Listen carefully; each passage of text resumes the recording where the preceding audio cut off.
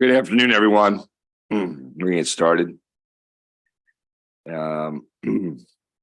the order correct out front? The order that we're taking is correct out on the board out front, so you'll know when you might be coming up. We have approximately, let's call it, on average, 3 witnesses a person, so or a bill, so you'll get an idea where you might be. We're going to start with 270, Senator Roosevelt. If I could ask my panel to come up and join me, Please. county executives, and I believe Council President Mosby from Baltimore is here, but I don't see him. He's here in spirit, and also from Mako. Great. So, Mr. Chairman, members of the committee, as you may recall, several years ago, we passed the Local Tax Relief for Working Families Act, which gave the counties the ability to make their local income tax rates progressive, which they weren't before. And we passed it. A couple of counties have used it. You'll hear some of that. Some counties haven't used it. This is literally more local tax relief for working families by allowing the counties to increase the top rate from 3.2 to 3.7, a 0.5% increase to make on people earning $500,000 or more for individuals, $600,000 more for a couple. And then do that only if they lower taxes for folks in lower income brackets. That's essentially the bill.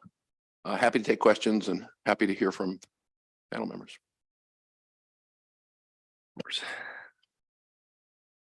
Whatever order works for you. Am I on? Yeah, no, I'm on. Okay. Well, thank you. You heard a similar bill 2 years ago, and that allowed us to do progressivity up to 3.2. And Anne Arundel County and Frederick County both did so in this last budget. And what we did in Anne Arundel, because revenues were looking good and we were able to, is we lowered taxes on the first $50,000 of everybody's income. So we went from 2.8% to 2.7%. Most of the regions at 3.2%. In fact, I think half of the state, about 75% of the population of the state is in counties that are at the max of 3.2, the state mandated max for property tax. So we have a tough year coming, tough budget. I don't think a lot of the pressure has to do with compensation for teachers, firefighters, police, and others so that we can staff our government.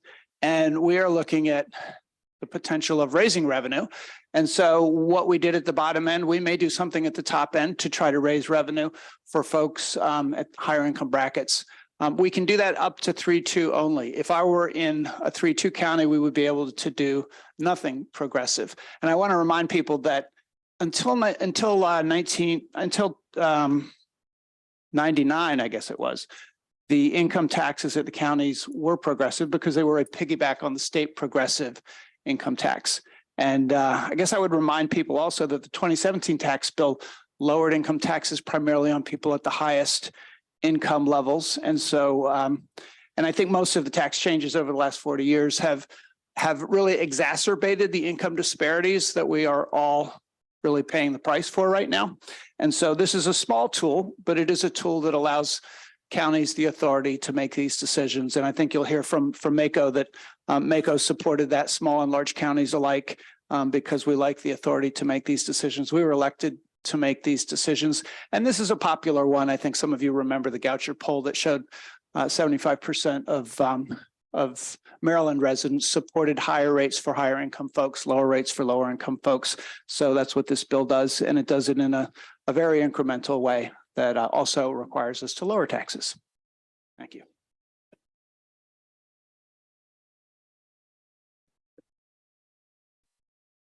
Good afternoon, and thank you, Chair Gazzoni and Vice Chair Roosevelt. I appreciate the opportunity to testify on this bill today. There are a couple of main points I want to make. One is, everybody talks about competitiveness and concern about competitiveness. Montgomery County benefits by the District of Columbia doing these annual and biannual surveys of tax burdens in all the jurisdictions, including Northern Virginia. And Montgomery County pencils out as having the second lowest tax burden for residential taxes, only because the district is lower because their property tax is 85 cents on residential, but $1.85 on commercial. Ours is 99 cents on both. So you can see the district's able to use their property taxes to change who pays for some of what goes into the district. On commercial taxes, Montgomery County is the lowest jurisdiction in the entire DC area, bar nobody. So I'm not worried about the ability to raise taxes a penny or two in terms of damaging our competitiveness with the surrounding region. What I do worry about are the limitations of being at 3.2, and we're one of the 3.2 counties. And it comes back to, bite us in a couple of ways. One is we can't introduce progressivity, which we'd like to do, without reducing our total tax stake. And we're not in a position to do that, not with rising school costs, between school inflation for construction, what we need to do to keep teachers, nurses, what we need to retain our firefighters and police. We have a similar situation in the state with a large number of vacancies from the Great Departure. And people are coming back or wanting more market rates than wages than they were getting before. So we've got lots of upward pressures, and we've got nowhere to go on the income tax. So introducing progressivity would just make our situation worse. But the other part of it's related to this is, we know that over the coming years, and everybody who bought into Kerwin knows that the counties are going to start having a heavier hit on Kerwin going forward. Without relief on this end, without the ability to go up somewhat, then every tax increase is going to be a property tax increase. And you can't get more unequitable than a property tax increase because it doesn't discriminate against what your income is, just, hits you on the value of the property. And we've got plenty of neighborhoods where people bought their homes and they were worth, $50, $120, $150,000, and they're paying taxes on property that's now assessed at $1 million, but they're not people who have incomes that would allow them to buy $1 million home. So we're kind of boxed in, and I don't want to have the only tool in my toolkit to deal with an issue as important as Kerwin for that only tool to be the property tax. So this gives us some flexibility when we need to raise additional revenue, and it gives us the freedom to be more equitable in general about making sure those with the least are not paying the same tax rates as those with the most. And I think we all know that the people at the highest tax rates take advantage of so many tax breaks that their effective rate of taxation is far lower than the theoretical rate of taxation that's even in the state legislation. So I'd hope for a favorable report out of this committee and help us move forward so we can do our part to build a stronger Maryland. Good afternoon, Mr. Chairman, members of the committee. Kevin Canale here on behalf of the Maryland Association of Counties in strong support of Senate Bill 270. You've heard a lot of what I would have said, and you have my written testimony. I would like to make a few points. The bill that passed a few years ago was all about equity, and a hallmark of federal and state tax structures is the ability to provide equity within the rate structure. Unfortunately, as you've already heard, for counties that are at 3.2%, and by the way, 2/3 of Marylanders live in those counties, they're not able to do that without jeopardizing funds for schools, public safety, public health, transportation, all the things that we do each and every day. So 2/3 of Marylanders are unable to receive this kind of equity in taxation without counties jeopardizing those essential funds. So I think that's really important to understand. This does give counties another tool in the toolbox. This is enabling legislation. And I also want to point out that all of this is subject to a public hearing with public input at the local level. And elected officials, as you've already heard, they're accountable for the decisions they make. I know there are a lot of concerns about what this bill could lead to, but I can assure you, no one is out there thinking about going bananas and trying to just, hit people as hard as they can. People are accountable. All of this is accountable to a local public process, just like everything else. And so we really appreciate the flexibility here. We know it's important. And again, without this bill, 2/3 of Marylanders are still unable to receive the benefits that we thank you for in the bill that you passed 2 years ago. So with that, we'd ask for a favorable report, and I'm happy to answer any questions. Thank you. Questions from the committee? Okay, thank you all very much. Thank you. No questions. No questions. Senator Rosepap, you've got 324. Yes. This is a bill which creates a tax credit for student bus transportation for non-public schools. It's sort of parallel to what we do with aid for non-public schools with technology, textbooks, things like that. Same qualifications. This is for the parents who are paying for bus transportation for the kids who go to these schools. Obviously, it gets cars off the road. It's fair. It adds another way that we can help parents who are trying to educate their kids at the same time, improving our environment. And I have some panel members that I didn't invite Yep, up. bring them on up. Come on up. Sorry about that. My mistake.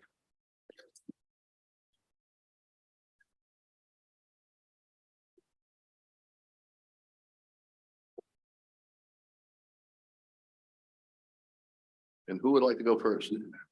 However you want to do it.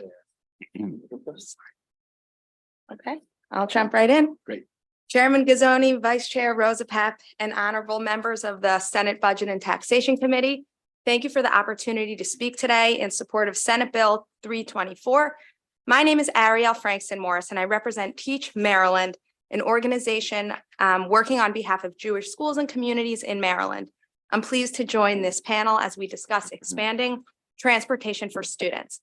As you all know, Maryland has dozens of tax credit programs, including the Employer Commuter Tax Credit, which encourages commuters to switch from cars to buses, trains, bikes, and more, resulting in safer, less congested, more environmentally conscious commutes.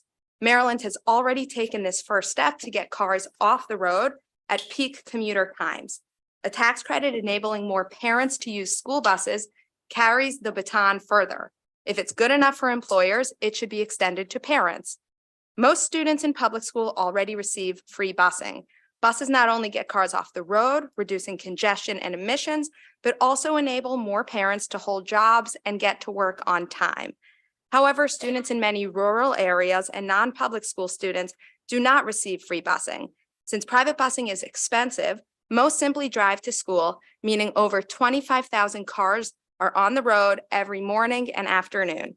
This proposed school bus transportation tax credit would put school busing in the reach of every parent in the state with no new mandates on local government. I hope I've provided helpful context for why and how we need this new tax credit. My fellow panelists will discuss the experiences of our state's families and schools. I'll just conclude by offering this bill addresses environment, traffic congestion, traffic safety, workforce convenience, as well as student socialization. Thank you for your time. I respectfully urge the committee to vote favorably and would be happy to answer any questions.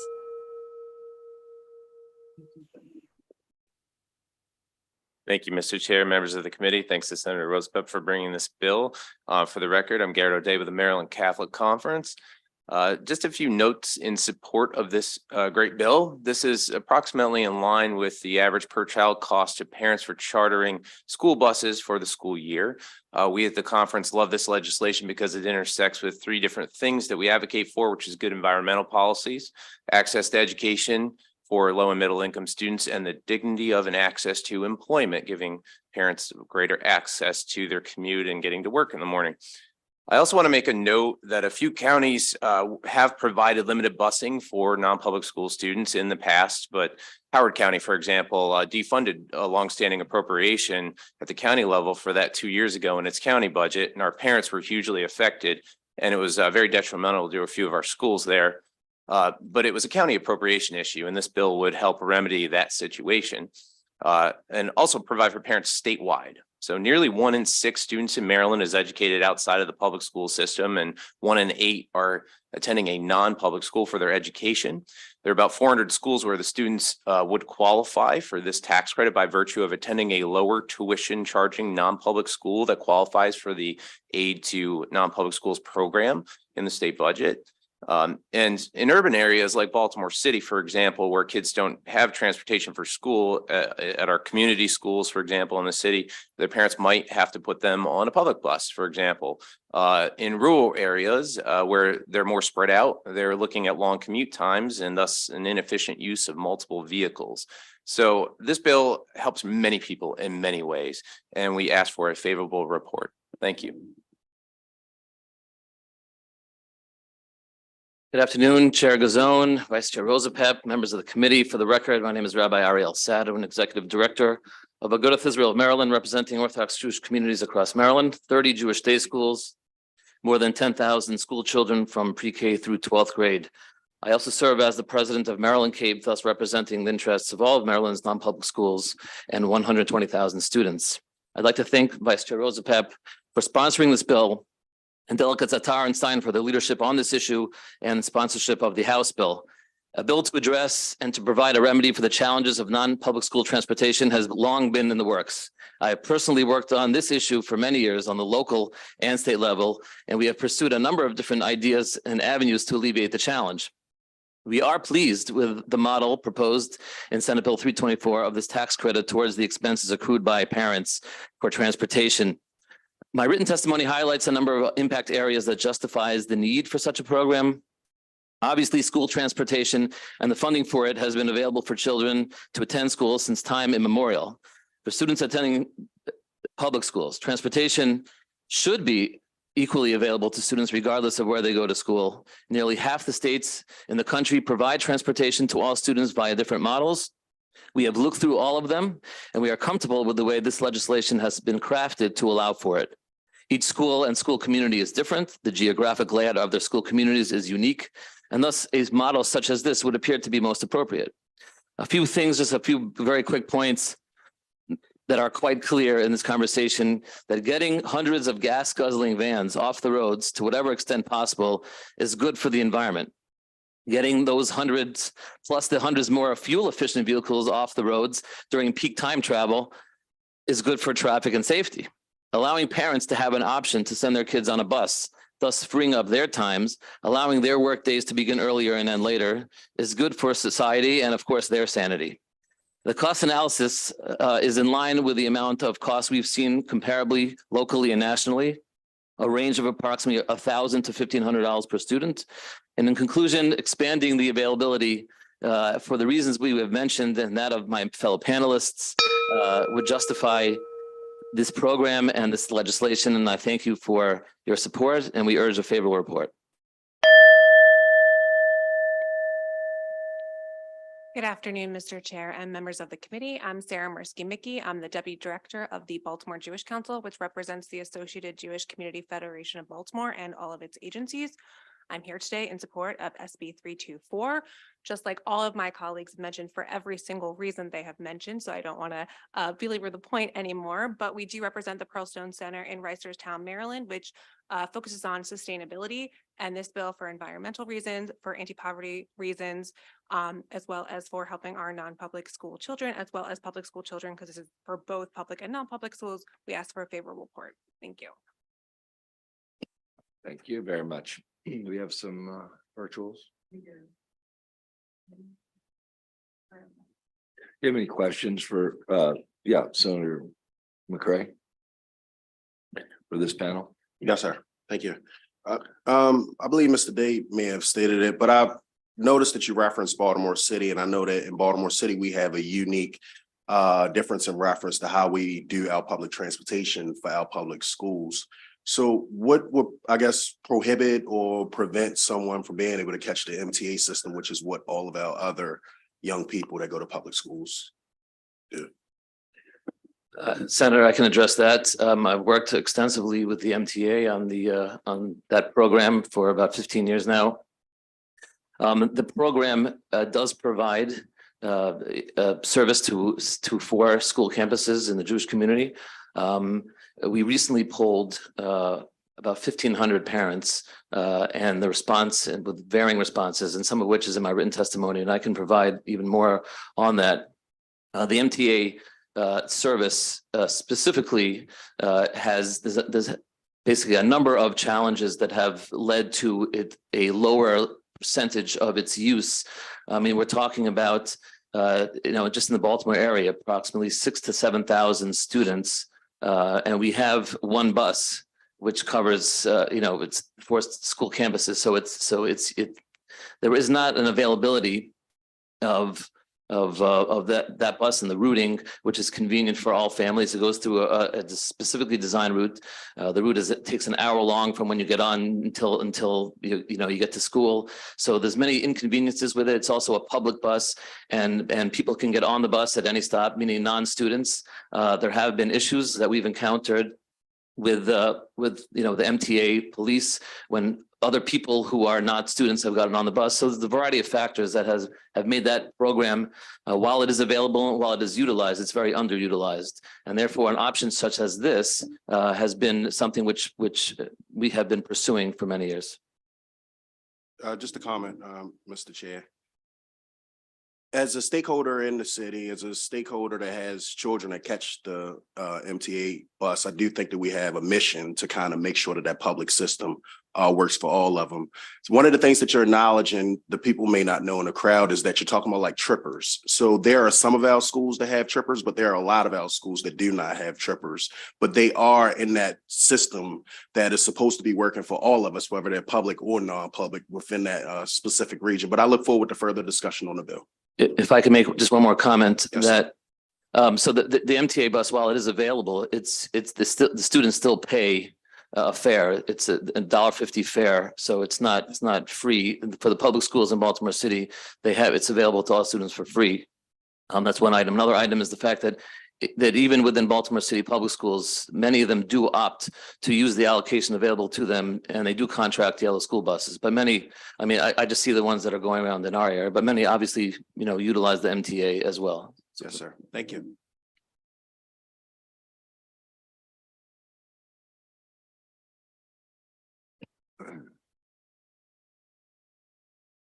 And who we have here? Damon? Damon, Okay, good afternoon. Thank you so much. you bet. Thank you, everybody. And I'm pleased to come today to speak about Senate Bill 324. I bring, I think, a great perspective to the table as the mother of 10, as well as the director of a girls' school in Baltimore City. Of my 10 children, 3 of whom recently graduated University of Maryland nursing school. So I'm very proud of Baltimore and the education that we could provide for our children. I currently have 6 children currently in school, and transportation to and from school is a huge piece of the puzzle for working parents in trying to figure out how to get our children to school every morning. 6 different schools, 6 different locations, 6 different carpools, a lot of responsibility, a lot of cars on the road. As a school director of B'nai Yisrael of Baltimore, we have 585 girls, nursery through 12th grade. School starts at 8:45, around 350 cars coming in the Park Heights area, clogging up the streets, clogging up the school, causing a lot of dangerous situations in the driving as well, and not giving parents an opportunity to begin their jobs earlier, certainly not giving parents an opportunity to just put their children on a bus to go to school. I do want to address the MTA question as well. I did not live in an area where the MTA bus was close enough for my young children to walk to. And I also think that you have to factor in that you don't want to send young children alone on a bus where they have to walk and then pay and then be responsible for a lot of the pieces. So as a mother in our community and as a school director, I see many, many reasons why this bill should be supported. And I hope that it gets a favorable review. Thanks for your time. Thank you very much. Mr. Prero? Did I get that right? Peru? That is correct. Thank you, Chair Gazone, Vice Chair Rosapep, and members of the committee. My name is Judah Prero, and I'm a resident of Baltimore City who's been engaged in the practice of environmental law for over 2 decades. I've also worked together with schools and organizations in my community, including Agudath Israel of America.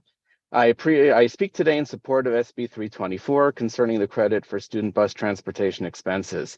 This bill is just one of a number of bills being heard today that look to incentivize actions that are beneficial to the health and the environment. This bill has personal significance to me as I've been involved in matters related to the environmental issues stemming from transportation for over a decade. Early in my career, I served as a Maryland State Assistant Attorney General, both under Attorneys General Curran and Gansler. My client was the Maryland Department of the Environment, and I was counsel for MDE's Mobile Source Program in the Air and Radiation Management Administration, which is the division that deals with the air pollution impact of cars, buses, trucks, mobile sources. As also the parent of 10 children, I've observed over the years how private school parents in the area of Baltimore in which I live spend considerable time on a daily basis carpooling or simply driving their own children to and from school. School buses haven't been a viable option. Observing this, I, along with a number of community representatives, met with MDE's Mobile Source Division to present some of the facts about the pupil transportation issue, specifically in the area in which I live, which is Pikesville, Northwest Baltimore City area. The environmental professionals at MDE agreed that there was an air quality and congestion issue stemming from the cars and the vans being used for pupil transportation. Reducing the amount of cars on the road, which would in turn relieve traffic congestion, would address the issue. This can be done through the use of school buses, and I'm sure this is not a situation unique to my area. The reason for why utilization of organized school buses has posed a challenge in the past have already been discussed by some of the other panelists, but it's a challenge that I believe can be addressed with the incentives contained in this bill. I want to emphatically express my belief that promoting mass pupil transit can have environmental and health benefits that accrue to all Marylanders. The expenditure is a worthwhile investment. Accordingly, it's my hope that this bill will be reported out favorably. Thank you for your consideration. Thank you very much. Any questions for the virtual witnesses? Okay, I don't have anyone else who's either in the queue in the system or elsewhere. Was there anyone else here? Okay. With that, thank you all very much. Thanks, Senator. Thank you.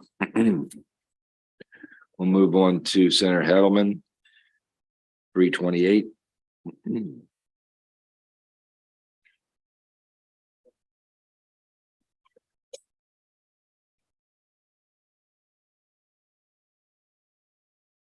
Good afternoon, members of the committee, Mr. Chairman, Mr. Vice Chair.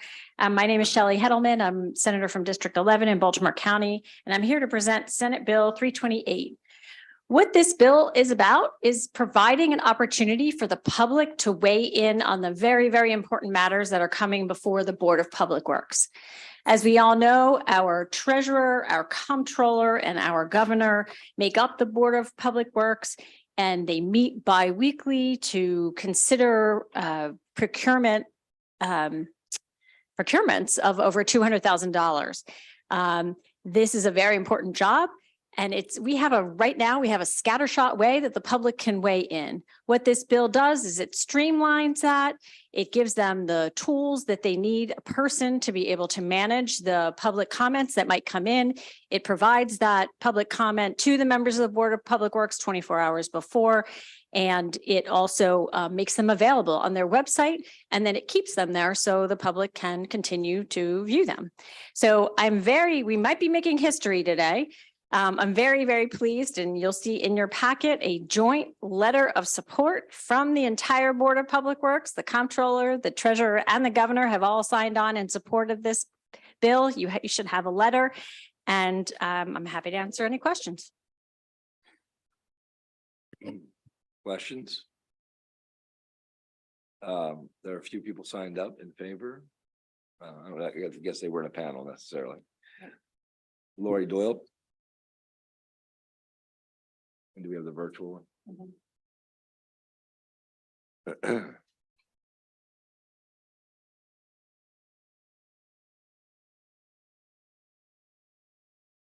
Thank you, Mr. Chairman. Lori Doyle here on behalf of the Community Behavioral Health Association of Maryland in support of this bill. I think our providers are Exhibit A as to why improvements to the procurement process need to happen. Many of you probably heard about the disaster known as Optum Maryland. The vendor chosen to manage the public behavioral health system. Optum failed on its go live date of January 1 of 2020, requiring the state to make advances to providers because they were unable to process claims or make authorizations for services.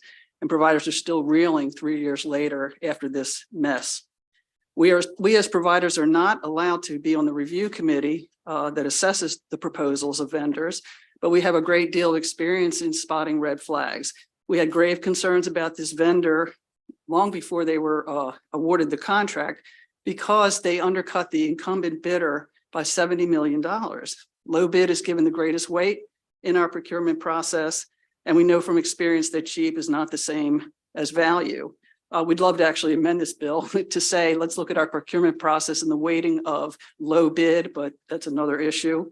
But I think this bill goes a long way to at least alerting the BPW when we do have concerns about a proposed vendor and the kind of formalizing of looking at the input from affected parties. Thank you.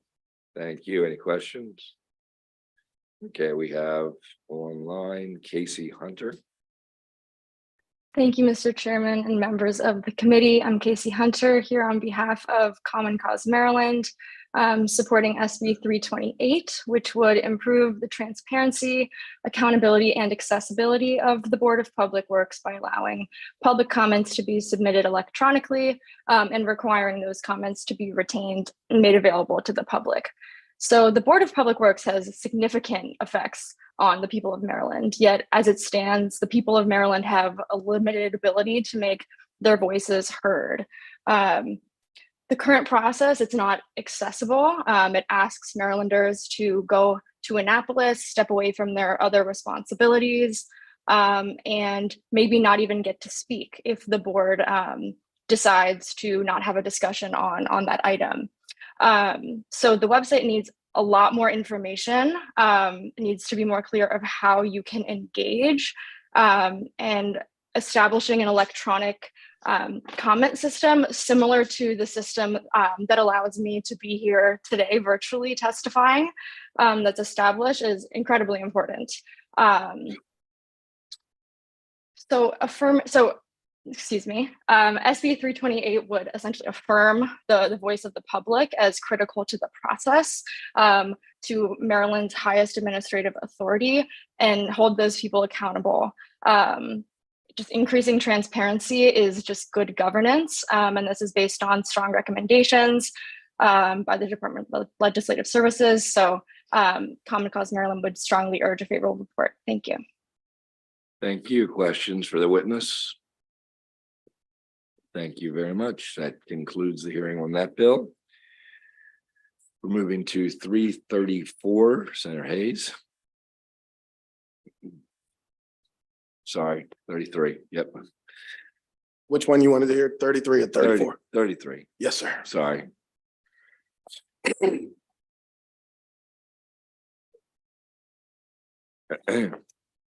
All right. Mr. Chair, do you mind if the other members of my Bring panel it. join me here? Tom Absolutely. Sadowski, Dr. Anthony Jenkins, and Drew Better. Thank you so very much. And Michelle Welling. Hey, Drew. Good afternoon, Mr. Chair, Mr. Vice Chair, members of Budget and Tax. Mr. Chair, thank you for your co-sponsorship in Senate Bill 333. This bill seeks to strengthen the RISE Zone program. Many of you all may be familiar with the RISE Zone program, but just for those who are not familiar with this program, it's essentially supports Maryland organizations which create jobs in their communities, allows certain institutions, including universities, community colleges, and technical schools and nonprofits affiliated with the federal agency to qualify, and it incentivizes startups to base themselves in a RISE Zone. This bill before you today would renew the RISE Zone program for an additional 5 years, approve more than 3 RISE Zones in a county or municipality. I think that was just an arbitrary limitation that was placed in the bill. And so we removed that limitation from the bill. And the last thing the bill does is to approve a RISE Zone which is greater than 500 acres. This bill also pushed back the termination date on RISE Zone benefits from 2028 to 2030, clarifies language in the bill, authorizes a political subdivision to pledge an amount of money to pay for infrastructure improvements located in a RISE Zone. Joining me here at the podium is Mr. Tom Sadowski from Medco, Dr. Anthony Jenkins from the Coppin State University, Michelle Willie, as well as Drew Vetter from the Maryland Tech Council. In the bill file, there's also testimony from the president of Morgan State University, the University of Maryland, the mayor's office, as well as the University of Maryland, Baltimore. There is no opposition to the bill, and I urge a favorable report for Senate Bill 333. Who wants to go first? Want to go first? Oh, thank you. Thank you, Senator Hayes, very much for your sponsorship, Senator Gazone as well, for your support of this bill. Members of the Budget and Tax Committee, my name is Tom Sadowski, Executive Director for Medco. Very excited to be a part of this esteemed panel to testify in favor of this bill and amendments to it. Medco just completed its first strategic plan in its 35-year history. And in interviewing public and private stakeholders as to what the critical and strategic needs were in Maryland relative to economic development, two things really came out, and it was investment in innovation infrastructure and a placemaking program, something that could really help leverage the value that our higher ed institutions, federal facilities, community college, and other institutions offered Maryland. A lot of what drives the strength of Maryland is Maryland's economy. So we looked at that, and in our conversations realized that, you know, the RISE Zone program can be that tool in the toolbox for local jurisdictions and these regional institutions, these statewide institutions. So in looking at it, the proposed changes that you've already heard, Senator Hayes has already outlined, were discussed. You know, we added in an element where we could work with the local jurisdictions and with their approval, work on tax increment financing to help not only provide the kind of infrastructure that these projects might require, but also make improvements to critical innovation infrastructure facilities, such as wet lab space to be shared by venture-backed startups, SCIF, secure compartmentalized information facilities for those high-tech software development and cyber-related activities, specialized workforce training centers, you name it. These were really critical to the success of these programs and ultimately the success of the startups that we're generating at our higher ed institutions and in the community. This makes possible more investment in communities around these institutions who are very much in need of this kind of economic development, the jobs, the new business creation, and the investment. And we appreciate your attention and ask for your favorable report. Thanks.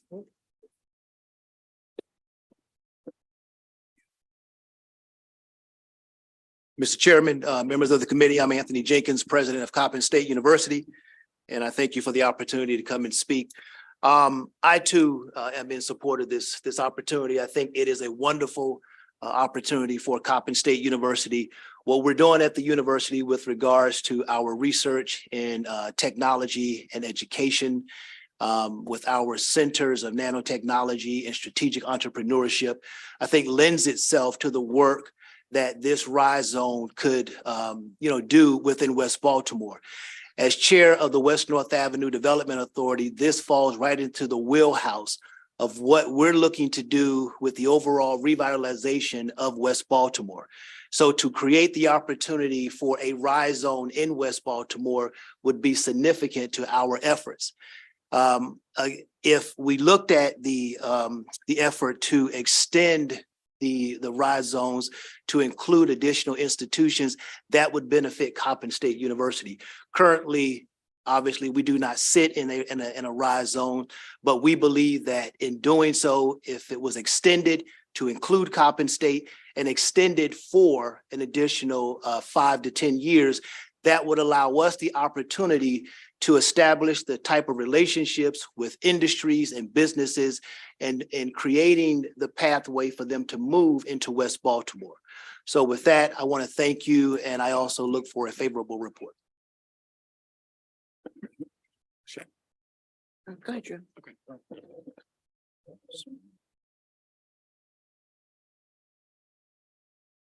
Good afternoon, Chair Gazone, members of the committee. My name is Drew Vetter here on behalf of the Maryland Technology Council, which is an association of almost 700 member technology companies across the state. On behalf of our members, we want to thank the sponsors of this legislation to expand the RISE Zone program. Ditto everything else members of the esteemed panel have said. We just wanted to weigh in on behalf of our membership as well, because we've seen the power of this program to be an economic development tool.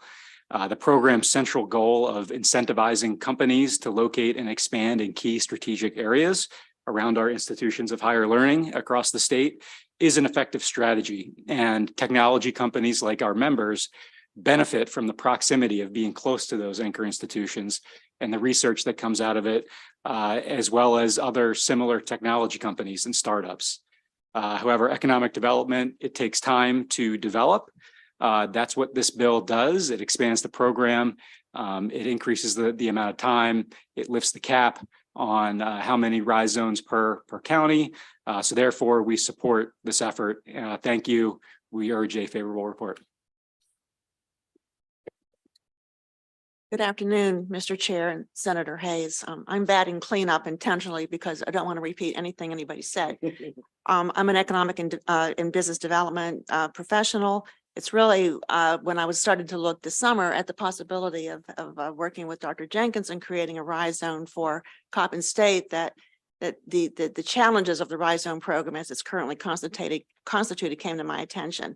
I think the one thing that hasn't been said, and maybe it's because it's so patently obvious, Maryland is an asset-rich state. We all know that, but we continue to be challenged on how to marshal those assets for the benefit of the communities and our residents in the state of Maryland.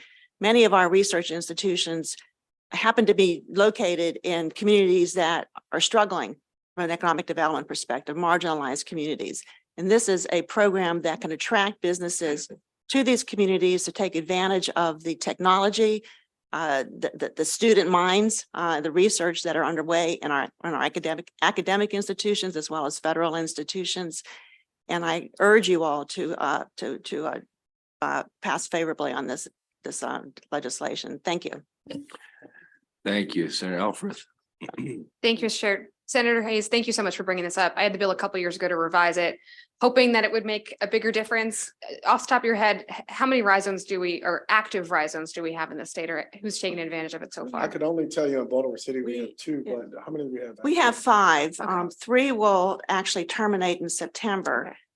2 go for longer. Salisbury, Morgan, and Montgomery College will terminate in September. Within the 5 years that the program's been active, there hasn't been a single business that's been able to take advantage of the incentives.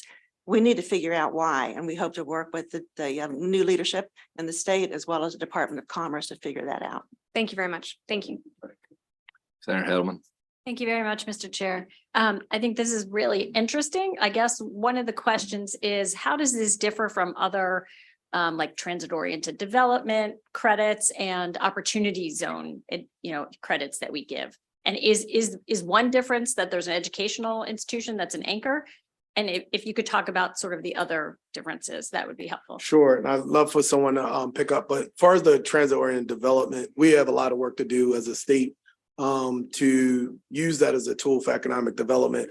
Essentially, our transit-oriented development policy says that agencies should just play nice together and hopefully, will spur development. And in some cases, our local jurisdictions offer lax zoning restrictions in order to locate in those areas. As it relates to the opportunity zones, evidently that's leverage based off of capital gains tax, and only in certain areas have been able to benefit from that. In this case, it's really about, providing opportunities for businesses to create jobs, creating tax incentives for them to locate in the close proximity of institutions. Thanks to the work that Senator Alfred alluded to most recently, in many cases, businesses don't want to actually build the brick and mortar themselves. With the work that she did a couple of years ago with the rental assistance, it allowed organizations to locate in co-working spaces and other spaces and get a rent incentive in doing so. And so the biggest difference among those two things that you've mentioned is the close proximity and cooperation that is shared with some of our anchor institutions, most notably our colleges and universities. I don't know if anyone else had anything to add. Yeah, I think you hit pretty much the nail on the head. The nuance here is that the RISE zone is intended to leverage the collective power of public and private stakeholders for the development of facilities that could be, that could house collaborations between industry, government, and education players. And that helps to enhance the research enterprise, helps enhance startup and entrepreneurial activity and innovation, ultimately that drives commercialization activity and gets a lot of the ideas not only discovered, but out into the marketplace. Whereas a transit-oriented development project, it leverages its public-private partners for the delivery of a critical piece of infrastructure. This zone is focused on how do you get that knowledge economy out of concept and into commercialization and bringing all the players together in one physical location to help make that happen. So that's its intent. So it's an excellent question. Thank you. Senator Rosepep. Thank you. I was interested in this when this was passed. I represent College Park, interested in Coppin, interested in other places. I've seen no evidence that it's done anything in College Park. Is there any evidence that the existing rise zones have done anything? I just have never heard about them actually having done anything. Well, I know that College Park has an interest in utilizing them going forward. I know that this program is critical to the work that's going on at University of Maryland, Baltimore at 4 MLK. But no, but how much investment has it in fact created? To date, not much, if all at all. Like DGS did an excellent, or DLS did an excellent report Right. on the program. And that's what precipitated the need to try to make some amendments that Senator Alford had referred to years ago. And And I apologize, Robert, we did or did not make those? we did. We did, and we still have nothing? And so the one of the reasons why we have this, we do recognize it as an important tool to economic development. We also recognize that there's deficiencies and that we haven't seen the utilization of it as much as we envisioned in the first place. And so this legislation is take very small steps to making sure that it doesn't go away completely as a tool, while in the interim, we hope to have the opportunity to bring together all of the minds, including the industry sector, to find out what needs to take place and in order to really make this beneficial to the intended users. The 4 MLK broke ground this summer. I'm sorry, what did? 4 MLK. University of Maryland. University of Maryland, Baltimore is building their partnership with Wexford Scientific. They're building a new wet lab biohealth. And they're in a rise zone. Yes. Yes, and they're doing it by way of And- benefits afforded by the. And what are the benefits that they got for doing that? I'm sorry? What are the benefits? What's the money involved? How much is it? How much is the subsidy? So I don't know off the top of my head, but the Wexford is using the real property tax credits that came through the program to help underwrite the cost of development. And UMB is utilizing some of the savings and helping to build out the shared wet lab facility that's going to be occupied by some of the venture-backed startups and early stage startups. Is that the only project that we know? that It's is the only benefiting? real physical manifestation of what Okay. can happen in a rise zone, to my knowledge. Yes, Okay. If you could get us some information about that project, absolutely. that would be terrific. I'm sorry, you want to make a comment? on I this? just want to comment, Senator Rosa Pep. There's also another project in Morgan State University's Rise Zone, which has a very small rise zone. It's the Northwood Commons. Yeah. And I know that that developer is actively talking with Commerce and with Baltimore Development Corporation about the property tax credits as well. And what is that project? Northwood Commons. Yeah, Northwood Common is a multi-use project that extends Morgan State University into a retail area. Also, the university has expressed an interest, and one of the reasons why we're looking at beyond 500 acres is because they most recently acquired the old Lake Clifton campus. And so there lies other opportunities. And the other thing to note, prior to, what was it, I think last year or 2 years ago, with the amendments and modernization that Senator Alford had, there's new incentives that's now available that people are being made aware of that they could take benefits of. So and University of Maryland, Baltimore is one of those examples using the University of Maryland, Baltimore biotech, as well as Northwood Commons. One last question, but I gather this bill doesn't reform the program in any way No. to try to make it more effective. It extends it. Yes, it essentially saves it from disappearing as a tool that we had to stimulate economic development. But there is an interest to spend a great deal of time over the interim to really look at it and figure out ways how we could strengthen it. But right now, if you did not have a business established as of January of 2023, which was last month, you would not be able to No, I qualify. understand the point about the sunset. Okay, thank you. Thank you, Mr. Chairman. Senator Quarterman. Thank you, Mr. Chair. Thank you guys for being here. I appreciate all the information. Just want to follow up on a couple of things. One, I think Senator Rosepep said there, or excuse me, the Vice Chair of, I think it's important to get into some of the deficiencies and find out how we can make it a better program. I think everyone's on the same page there. I did have a follow-up question from earlier. You said there, if correct me, there's 5 rise zones right now currently. And where are those again located? I think Baltimore City, I picked up probably. Salisbury says, I'm guessing. Salisbury has one, Montgomery College has one, UMB, Morgan, and College Park. Okay. So maybe if there's 3 per county right now is what's specified. So is Baltimore City kind of maxed out? Is that, or are they? That's one of the provisions in the amendment to get rid of that 3 per jurisdiction. Right. Right now, Baltimore City has 2. They have 2. So no one has reached the 3 threshold. No one has yet. reached the 3. Okay. And by the way, Senator, not every county have an institution that could actually host a rise zone. So I understand that. I don't even know why that number was even contemplated as being a Yeah, threshold. I guess my concern here is potentially the unintended consequence of raising that or getting rid of that. Or some of the institutions that are located outside the central part of the state where you see a lot of the growth and development happening right now.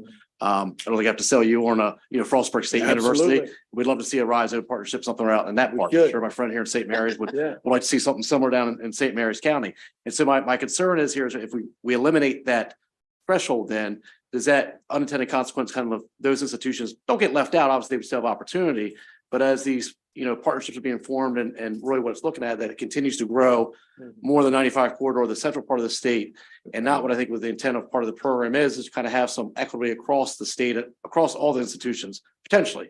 Obviously, there's some deficiencies to work out, but that's my concern as far as raising that limit, especially if we're not even there yet, and how that could.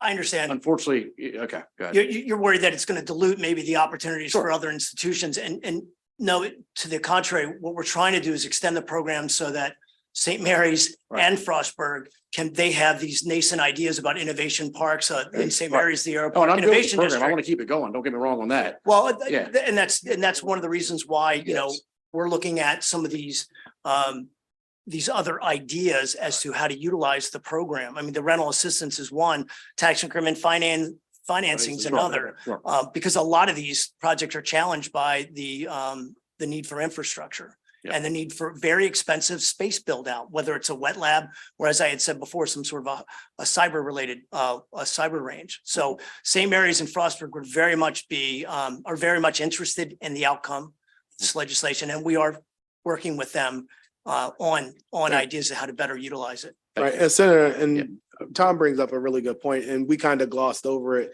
in the line of questioning that the Vice Chairman brought to us, but to have assistance with the infrastructure is a big deal, especially in some of the places outside of the Beltway, like Frostburg and other places. So that's a big burden for some of these organizations to take on. Yep. Thank you. And I think the other point to the Vice Chairman's questioning is that we believe the program is not well known. I have talked to a couple of institutions about the Rise Zone program, never heard of it. So how do we make this known to those institutions and really involve them in making it better, but also taking advantage of it? And that's something that really needs to be done as well. Thank you. Very good. Any other questions? All right, Senator, we may have identified a technical little glitch we need to fix. Okay. So if your staff will check in, make sure that we're on the same page. Sure will. Thank you. Thank you. All right, thank you all very much. You guys can leave. I'm still here. Thank you, Mr. President. Absolutely. Oh, yes.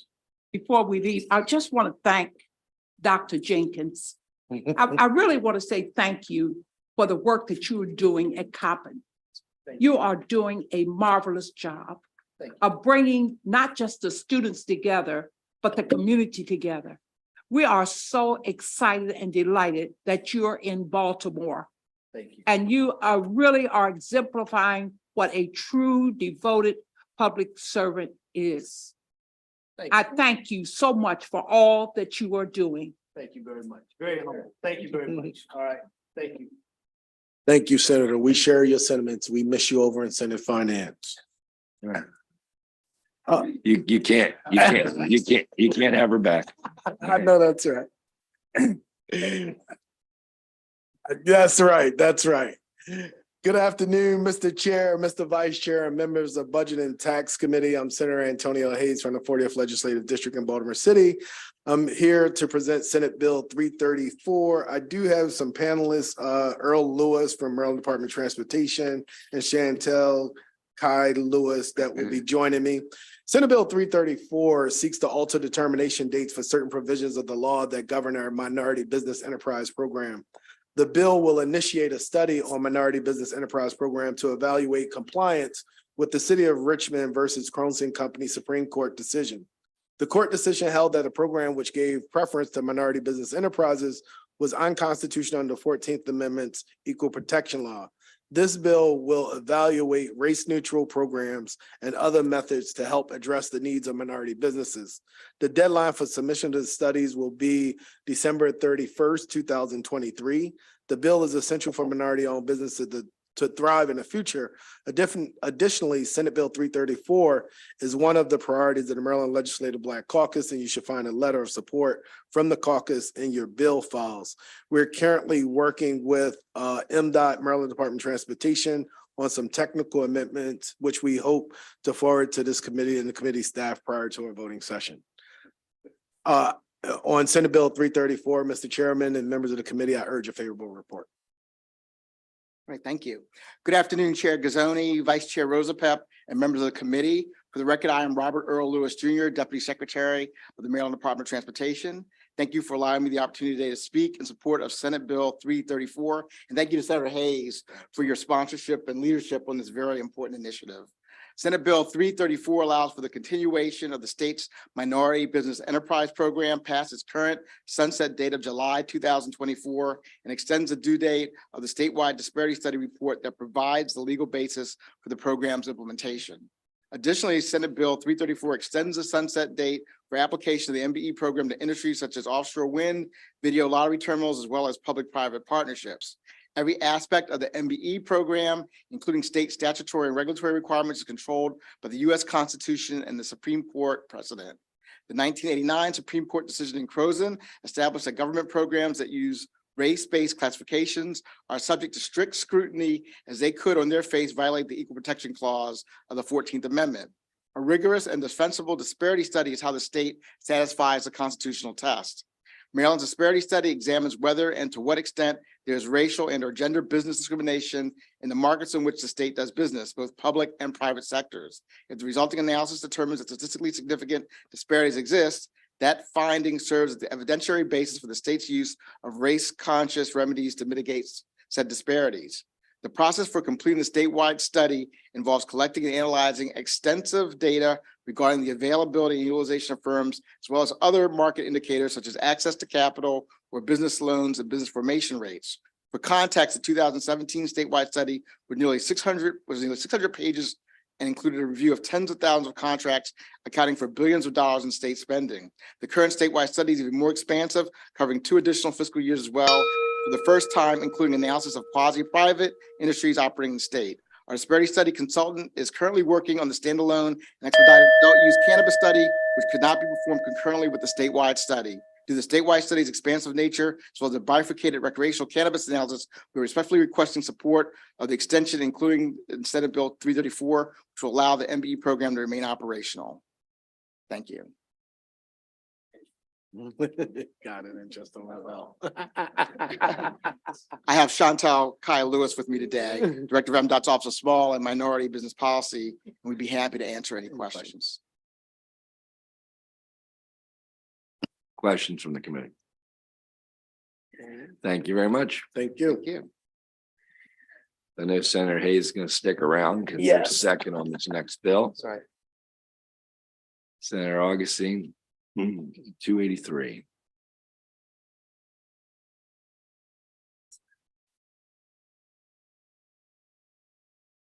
All right.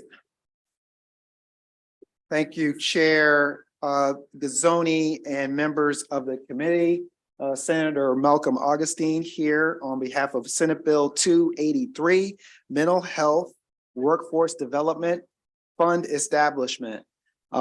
Colleagues, I was here with you talking about the funding of the 988 bill And Senator King mentioned the fact of, well, we have the 988 bill, but what about the providers that are behind it for behavioral health and for mental health and mental illness? And Senator King, that's what this piece of legislation here today is about. We know that we are in a behavioral health crisis. We understand that, and that part of that crisis is a workforce crisis as well. And so what this bill does is it establishes a fund and tasks Maryland Healthcare Commission to conduct a study and report a recommendation to establish the appropriate funding for this new fund, and to do so by December 15th, 2023. And it's important to note that they have shared in their testimony, which you'll find in the packet, that they are fully able to do that and have the resources to make that happen. Now, once that is up and running, the Department of Health will be responsible for administering the fund. And they will, of course, report on an annual basis to this committee, Budget and Tax Appropriations and the Legislative Policy Committee annually. And of course, what will be happening within this Workforce Development Fund is that it will be looking for us to improve what we have as far as our staff shortages in the state of Maryland. Some of those staff shortages include entire counties where we are short on mental health staff. We're short significantly, 78% for child outpatient mental health centers, 83% for psychiatric rehabilitation programs, and 50% for youth, for case management for youth. And so it's going to be very important, and this fund will help with education and training, certifying, recruiting, placing, and retraining of Marylanders in the space of behavioral health, mental health, workforce development. And so you'll see again in the testimony, broad support. You're also going to hear that for those, as I mentioned, from those who are tasked with the bill, Maryland Healthcare Commission, as well as support from the Maryland Department of Health. And with that in mind, I will ask for a favorable report on Senate Bill 283. Thank you.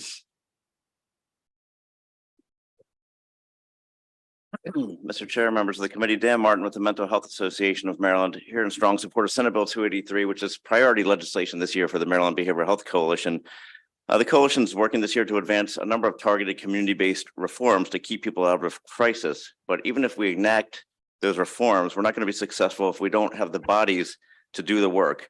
And I won't go through all the data. You have a lot of that in my written testimony, but I can just tell you that as Senator Augustine said, our behavioral health workforce is threadbare. And that's where this bill comes in. It's really a critical component of the Behavioral Health Coalition's crisis prevention platform. There's a lot of positive ideas and strategies out there for growing the behavioral health workforce, stipends and scholarships, loan reimbursement, paid internships, et cetera. The question is really, how do you determine how much money to put into these different initiatives, and how do you target them to the certain professionals, make sure you're targeting them to the right professionals?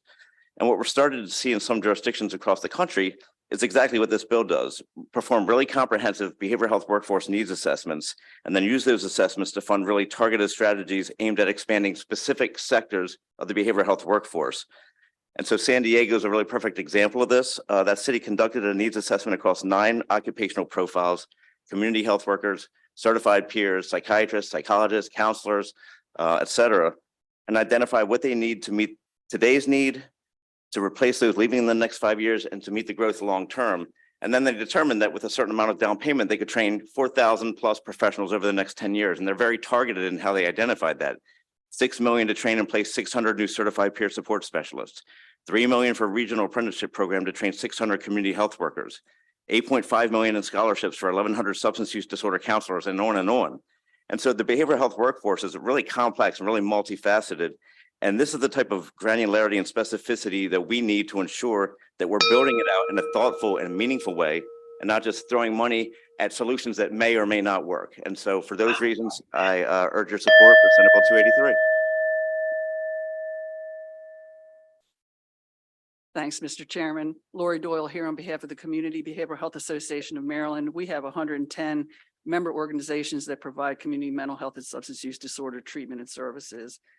our providers were in a workforce crisis long before COVID hit, and that was due to decades with no rate increases to keep up with inflation. So we were already behind the 8 ball when COVID hit.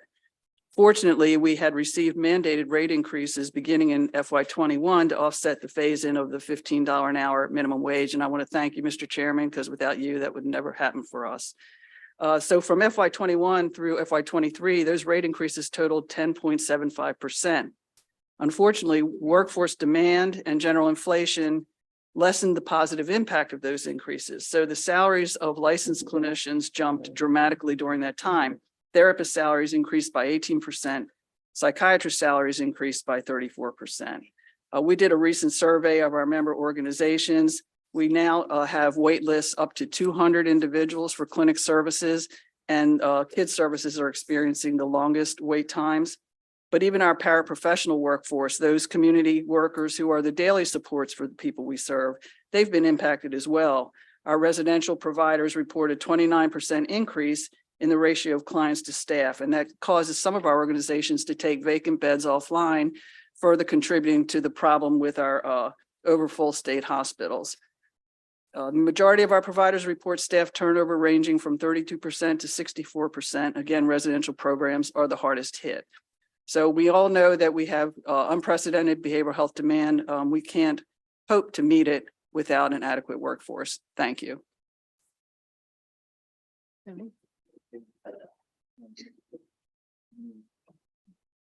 Good afternoon, Mr. Chairman, members of the committee. I'm Ann Seacott, and today I'm actually testifying in support of this wonderful bill on behalf of several organizations. The Maryland chapter of the National Council on Alcoholism and Drug Dependence, the Maryland Addiction Directors Council, and the Maryland Association for the Treatment of Opioid Dependence. So these are, by and large, almost most of the treatment providers, addiction treatment providers that we have in the state. I'm not going to give you a lot of data. One is I know that we've been sharing a lot of data so far this afternoon. It's difficult to be able to pin down what some of the workforce needs are sort of by community-based treatment programs. And I think that where we don't have the same kind of data where some other groups do, these associations don't have that same kind of data. And we think that this what the bill will do is provide the mechanism to allow all of that to happen so that we can really look at the various kinds of professions that are in this space. I can tell you that I don't go to a meeting of these different groups where somebody's not talking about how they're looking for a supervisor, how they're not looking for a medical director for their program. And they talk about the high turnover, the long waits, of how long it takes to hire somebody, and the increase in their budgets related to salaries because they have to pay more in order to attract people. So I think that those are just all of the pieces that are evidence of how serious the workforce shortage is. And obviously, we know that that has a direct impact on people being able to access services and receive quality services as well. We know rates that you all work on all the time. Reimbursement rates are an important part of the solution. We know that there are things like tuition assistance programs and loan assistance repayment programs. And we know we also have to do a lot of work to make sure we have a very diverse field in this workforce. And that's exactly what this bill, I think, can accomplish. So we ask for your favorable support. Good afternoon, Chair, members of the committee. My name is Dan Rabbit. I'm a policy director at Behavioral Health System Baltimore. BHSB is the local behavioral health authority for Baltimore City. Thank you for the opportunity to testify in support of SB 283. We've had a lot of discussion already. I wanted to point out just two other factors around this fund. One is that our workforce shortage is actively impeding our ability to innovate in the behavioral health space. Most efforts to rebalance how we do things are going to require new professionals, new positions. And in some of these initiatives, we've been having a hard time hiring staff to take on these creative ideas. One of the projects that BHSB helps to convene is the GBRICS partnership that is seeking to expand and strengthen crisis services, and the workforce shortages is blunting the effect that we would otherwise be able to have through that innovation. The other thing that I wanted just to point out that Anne mentioned is the importance of having a diverse workforce and a workforce that is representative of the people that are served. The public behavioral health system serves about 50% people of color, pretty representative of the state. But that is not what you see in the workforce of clinicians. Only about 15% of clinicians in Maryland are people of color, and that does not provide the most effective care. People can relate to clinicians that have similar backgrounds to them, and that can help with cultural competence. So in order to rebalance that, we also need new people coming into the workforce, new clinicians that are more representative of the diversity of communities we have in Maryland. This fund can help address both of those, both helping us to innovate and helping us to have a more diverse workforce, in addition to helping us to staff up for other types of community-based services that we need. So for those reasons, we ask for your support. Very good. Questions for the panel? Senator. Thank you. Thank you for the bill and the explanation. No argument that we got workforce shortages. So I think you've convinced us for that if we needed any convincing. And I'm really applaud the focus on this, on actually getting the granular data. And so I look forward to when we get that. But given that you all work in the field, can you give us some feel for what kinds of occupations? I'm sure there are problems in all different occupations, but I have no sense in mental health as to how many docs are we talking about? How many counselors are we talking about? How many community health workers are we talking about? Can you give us some sense of, 10% this, 50% that in terms of the occupations? Well, I think that remains to be seen. Again, I think that's what we're really, I think that remains to be seen. I think that's what we're really trying to get to with this really granular and focused and targeted needs assessment. Again, like we hear anecdotal data all the time. We see stuff about, psychiatrists, psychologists, community health workers, certified peers, substance use disorder counselors, Right. licensed clinical professional counselors, social workers. And it's just, I don't think we have never done the type of comprehensive needs assessment that we need to do to identify. I understand that, and I where we applaud are. that, but I'm saying, looking at the studies in other places, you must get some sense of it. Well, like I said, we like I said in my testimony, I mean, San Diego is the one that's kind of done the most granular needs assessment that we've seen. And they had, they identified specific numbers of certified peer support specialists, community health workers, psychiatrists, and whatnot to meet their needs, and again, but that's San Diego. I don't know that their needs are going to be exactly what our needs are. And I think that's what the assessment will determine. Okay, thank you. Thank you, Mr. Okay, online we have Gail Martin. Good afternoon, Mr. Chair and members of the committee. My name is Gail Martin. I'm the first vice president of the NASW Maryland chapter, and I serve as the chair of their workforce task force. We were aware that this was going to happen probably about 2 years ago. Social workers don't traditionally get great press. Kind of the general public impression is we're the people who take people's kids away. But about 2 years ago, after Black Lives Matter and a mental health crisis and problems in schools, we started to hear that people needed to hire social workers, and we knew this was coming. We've been looking at this for 2 years, and we're thrilled to see that you are ready to take a deep dive into what's needed here. Social workers are service-oriented folks with graduate degrees, and they don't make a lot of money. And when they come out of school with a lot of debt, that's very difficult for them. So one of the things that we have also asked you to look at, and is included in our written testimony, is to have this commission look at what programs are out there, how they've been traditionally funded, and how that informs what is needed by this new fund. Thank you for your support. Thank you. Questions? That concludes the hearing on this bill. Thank you all very much. Thank you. Senator McKay, 297.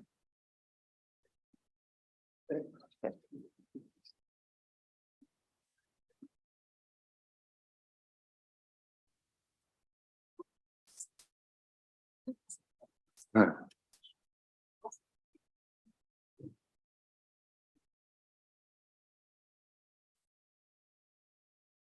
afternoon, Mr. Chair, Mr. Vice Chair not listening, and the rest of the committee.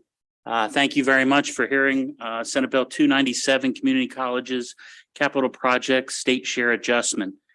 Now, this particular bill relieves some of the financial burdens that some of the smaller counties that support community colleges, such as Garrett County. And in this case, this is regarding the capital projects.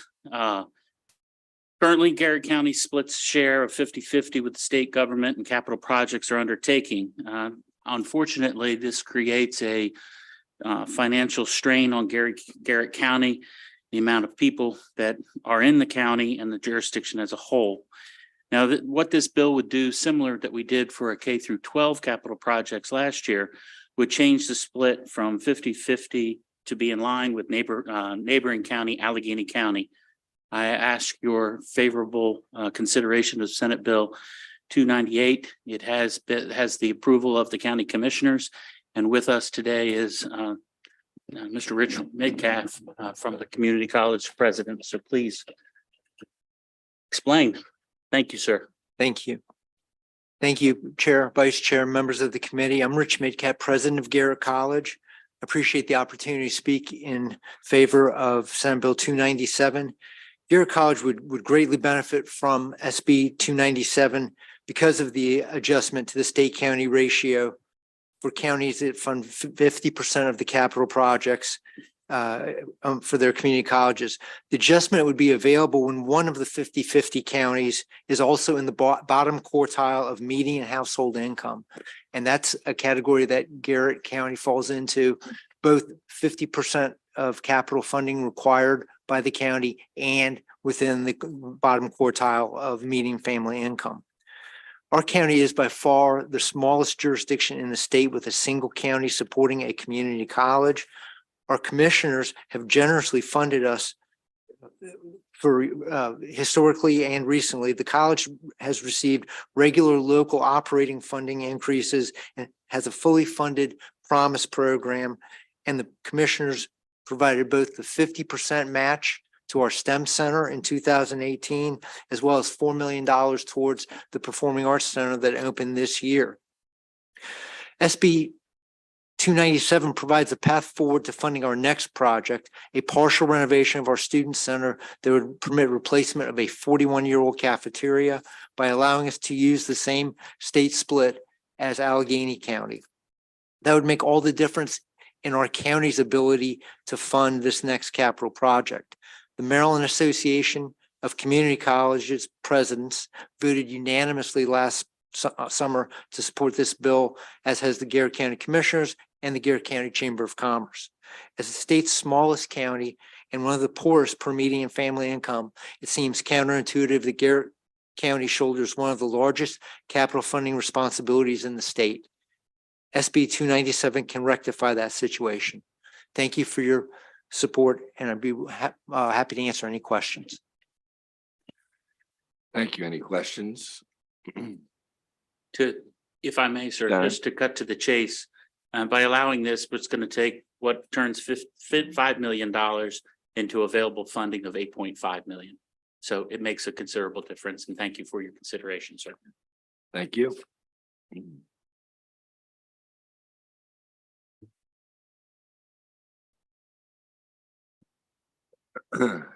Senator King, let's talk trees.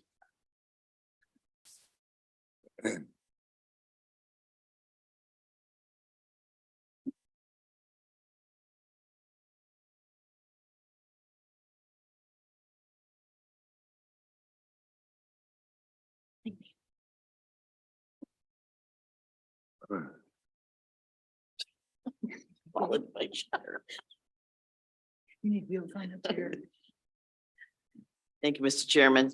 I have with me today a very dear friend of mine, Jolie McCatherine, and I don't think I ever talked to her that she's not talking about measuring trees somewhere in Maryland. So I have put this bill in honor of her. Mr. Chairman and members of the committee, our forests are critically important to our environment. They cleanse the air we breathe. They filter the water we drink, which protects our rivers, the Chesapeake Bay and its habitat, and they act as an important buffer against climate change. Educating our citizens about the importance of maintaining forest land has long been a priority in our state. 20 years ago, the State Forest Service within the Department of Natural Resources had an education program that conducted seminars, school programs, and other educational outreach programs that taught that forests were about more than just trees. Unfortunately, that program was eliminated when the agency downsized, and the Maryland Forest Service still does not have enough staff to conduct the significant outreach and education about our forests. Senate Bill 282 would create a Maryland Forest Education Fund that would provide education and resources to Maryland's forest landowners and local governments for purposes such as healthy forest management, climate science, forest conservation, urban forestry, and other related purposes. This fund will add to and enhance work being done by the Maryland Forestry Foundation, an independent 501c3, local district forestry boards, and community forestry programs, which were created as a means of outreach to forest landowners. In 2021, the Maryland General Assembly passed legislation in support of planting and maintaining 5 million native trees in the state by 2031. A key focus of that legislation was supporting tree equity through targeted native tree planting in underserved urban communities. Senate Bill 282 and the Maryland Forestry Education Fund complements that 2021 legislation and would help to educate all landowners about the importance of healthy forest management. And I ask a favorable report for Senate Bill 282. Mr. Chairman, my name is Gary Allen. I'm the president of the Maryland Forestry Foundation, which is the organization identified in this bill. It's my pleasure to thank Senator King and some of her colleagues for advancing this bill this year. We're very pleased to see it moving forward. So I want to thank her very much and often for the support that she's offered for for this bill. It's important to recognize as you look at this bill that of the 40% of Maryland's landscape that is forested, approximately 70% of that landscape is in private hands. That means that nearly 200,000 Maryland citizens own a private interest in how to manage a resource of which all of us benefit from. And this bill is designed to enhance the capacity of our organization and Maryland's forestry boards, which are the volunteer organization created nearly 80 years ago by the legislature to provide outreach to all of those citizens. In the last 20 years, since the education component of the Forest Service was downsized significantly, more than 100,000 additional landowners have acquired an interest in the forests of Maryland. That means there are a lot of people out there who are not very familiar with the emerging threats and the emerging opportunities and additional resources that have become available in the last 20 years. Maryland is a very progressive state in this area, and they need the benefits of that information. We want to reach out to Maryland's urban communities and its rural areas, its professionals and its landowners to provide additional educational insight using new tools in the months and years ahead so that they can do a better job of providing the stewardship of this important land cover resource in our state. Thank you very much. We ask for your favorable consideration of Senate Bill 282. Thank you. Hi, my name is Jolie McCatherine, and I'm president of the Maryland Association of Forestry Boards. And I also measure trees for the Maryland Big Tree Program, which does champion trees throughout the state. But I'm here testifying on behalf of the 24 Maryland counties and forestry boards statewide, which includes the Baltimore City, in support of SB 282. It's to establish the Maryland Educational Fund. The forestry boards were established in 1943 by law in Maryland to work in conjunction with the state Forest, Parks, and Wildlife Services, now the Department of Natural Resources. Our goal is to reach out to landowners for management practices on privately owned wooded lands statewide. It's the job of these boards to offer these services to educate and assist working with Maryland's forest landowners. We seek the funds to better education over the 250 to 300 board volunteers to serve the city of Maryland in attaining this goal.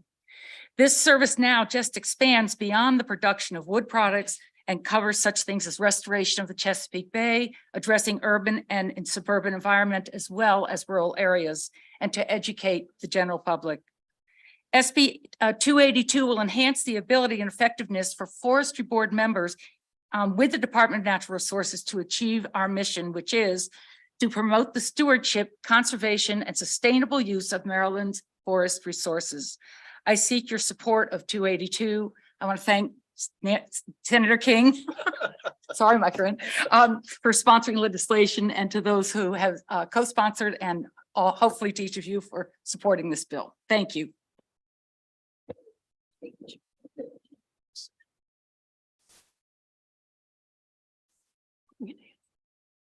Thank you, Senator King, for sponsoring this bill. Thank you very much today, committee members, for having us before you. My name is Mike Hunninghake. I run the Sustainable Maryland program at the University of Maryland in College Park, and I'm here to urge you to support Senate Bill 282.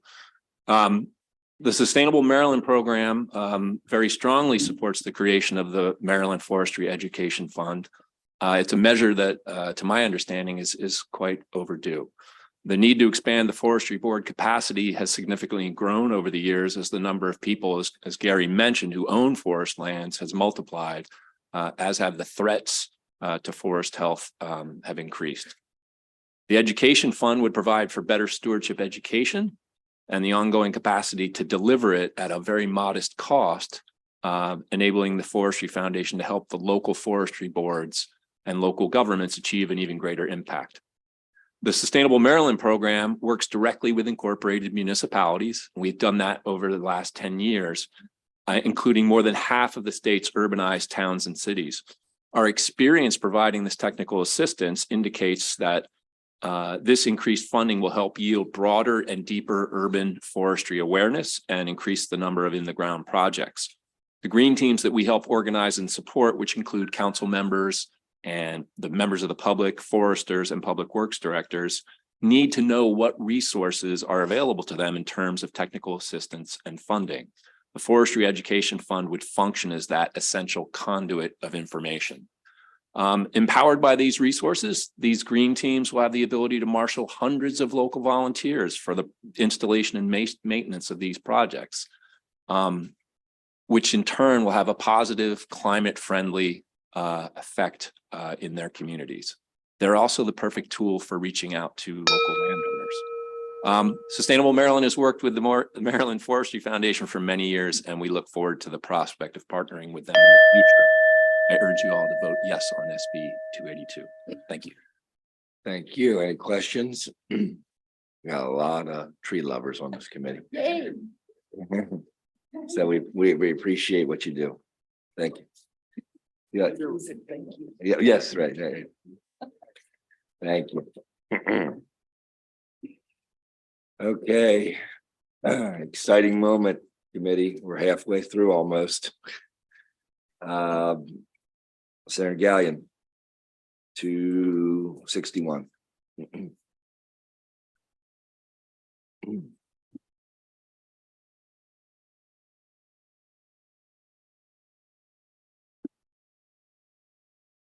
Good afternoon, Mr. Chair and committee members. For the record, Senator Jason Gallion here representing District 35, Cecil and Harford counties to introduce Senate Bill 261, motor fuel tax rates, consumer price index adjustment repeal. In 2013, the Transportation Infrastructure Investment Act was signed into law to index the motor fuel tax rates to the annual change in the CPI for all motor fuels except aviation and turbine fuel. This bill would remove the automatic motor fuel tax adjustment from being indexed to CPI.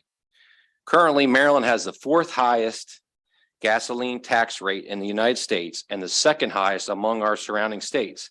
This is according to NPR. This poor rating is due to the fact that Maryland's state gas tax jumped by 19.4% this past July from 36 to nearly 43 cents. This huge jump occurred a few months after the state's gas tax pause was completed, the pause that this General Assembly put into effect for a while. 9 states, including Maryland and DC, currently use inflation in their gas tax rate calculations. Some states are also now experimenting with other gas tax rate formulas that would have similar effects. For example, North Carolina uses population growth and Georgia uses fuel efficiency standards in their rate calculations. Over the past year, our working families across the state have been struggling with this economy due to rapid inflation, especially at the grocery store and at the gas station.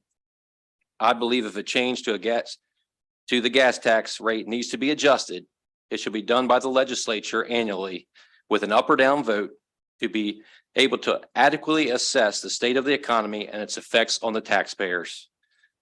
And that is what the intent of this legislation is. Pretty simple, straightforward bill. I believe it was brought up last year, 1 year ago today by former Senator Huff. So I would respectfully ask for the committee to report this out favorably, Senate Bill 261. Thank you. Have any witness, Mr. Bauer?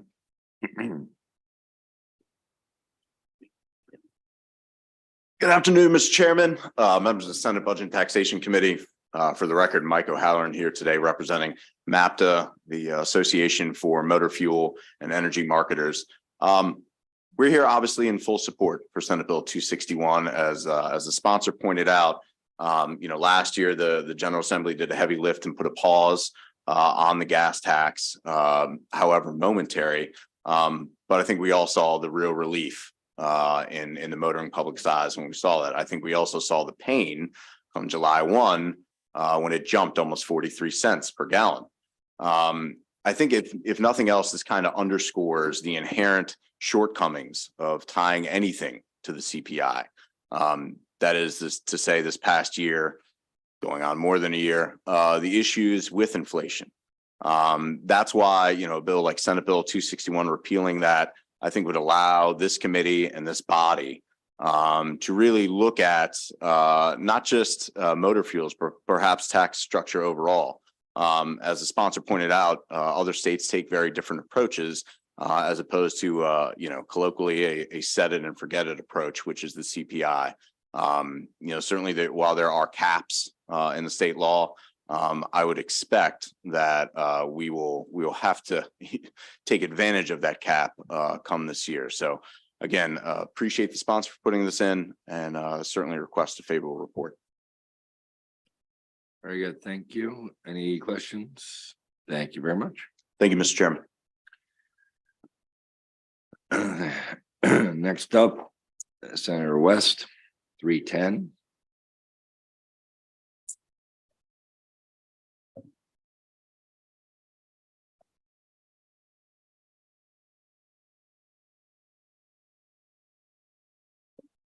Chairman Gazzoni and members of the Budget and Tax Committee. And I understand this is also jointly assigned to E3. Okay, great. Well, welcome, representative of E3 as well. Senate Bill 310 aims to support Maryland farmers while reducing their need to use lethal force against black bears. For context, Maryland has a black bear damaged reimbursement fund. The fund allows farmers to seek reimbursement after bears damage their property. Unfortunately, because of funding limitations, the fund cannot meet the annual requests that it receives. The only other tool available to farmers is requesting a permit to shoot the bear, causing damage. 10 bears were killed in 2022 under these permits. Senate Bill 310 does not change the availability of those permits or impact bear hunting at all. Rather, it seeks to reduce the need for those permits by preventing property damage from bears before it occurs. Bears are an important component to our ecosystem for regulating habitats and to our economy for tourism. The appropriations increase requested for this fund is a worthwhile investment because it is preventative in nature. Not only does it reduce the likelihood of a bear being shot, but it also ensures that the Black Bear Damage Reimbursement Fund is not overwhelmed when requests are submitted. This bill is a win-win for both Marylanders and wildlife and is broadly supported by farmers, Maryland hunters, and environmental groups. I appreciate the committee's consideration of Senate Bill 310, and I'll be happy to answer any questions the committee have. I do note that there is one amendment, I hope it's in your packets, which substitutes $75,000 for $50,000 on page 3. Other than that, the bill stands as it was introduced, and I'd be happy to answer any questions. Okay, you have a Senator. Chair, quick question. Why is this limited to farmers only? Well, because I guess the black bears cause most of the damage to the farmers' crops because they get into the fields and eat the crops. Okay, and I know it's livestock, but there are lots of black bears doing damage to lots of non-farmers. That's the only thing I would say. I'll Yeah, take a closer look. We can talk about it. Taking a closer look, it seems to cover beehives, fruit, livestock, poultry, and pets. Right. I'll follow up with you. Thank you. Senator Alfred, we can have the panel come up too as we're waiting. Thank you, sure. It was kind of answered. Representing significant farmland, I'm very familiar with the crop damage of deer, but less familiar with the crop damage of black bears. Probably not so many black bears in Anne Arundel County. Significantly less, yeah. In northern Baltimore County, we have quite a few. Okay. So beehives, livestock, pets, that's the damage being wrought on farms at the moment? And I'm informed cornfields. Okay, thank you. Thank you, Mr. Chair. Whoever wants to start. All right, thank you, Mr. Chairman, members of the committee. My name is Jennifer Bevan Dangle. I'm the State Director for the Humane Society of the United States. We want to thank Senator West for taking this bill. We actually had a resident in his district who has a bear consistently getting into her bird feeders and her trash. So this is certainly a problem that is expanding out beyond what we think of as traditional bear country. We're very excited to have such broad support for this bill. In the past, the state has had the program that was limited to farmers, that reimbursement fund. That fund has been underfunded through its entire history, so the farmers are not getting a fair deal. And because the fund has been limited, the farmers have had to resort to these nuisance permits to eliminate these bears. When if we could pass a broader program that's proactive and includes residents as well as farmers and put a little bit more funding into it, we could significantly decrease the bear mortality issue that we're seeing from non-hunting take. It is really important to keep in mind that we lose a significant number of bears each year to non-hunting. And dealing with that side of the equation, the bears that are coming into conflict with people, is really an important area of focus for protecting these animals.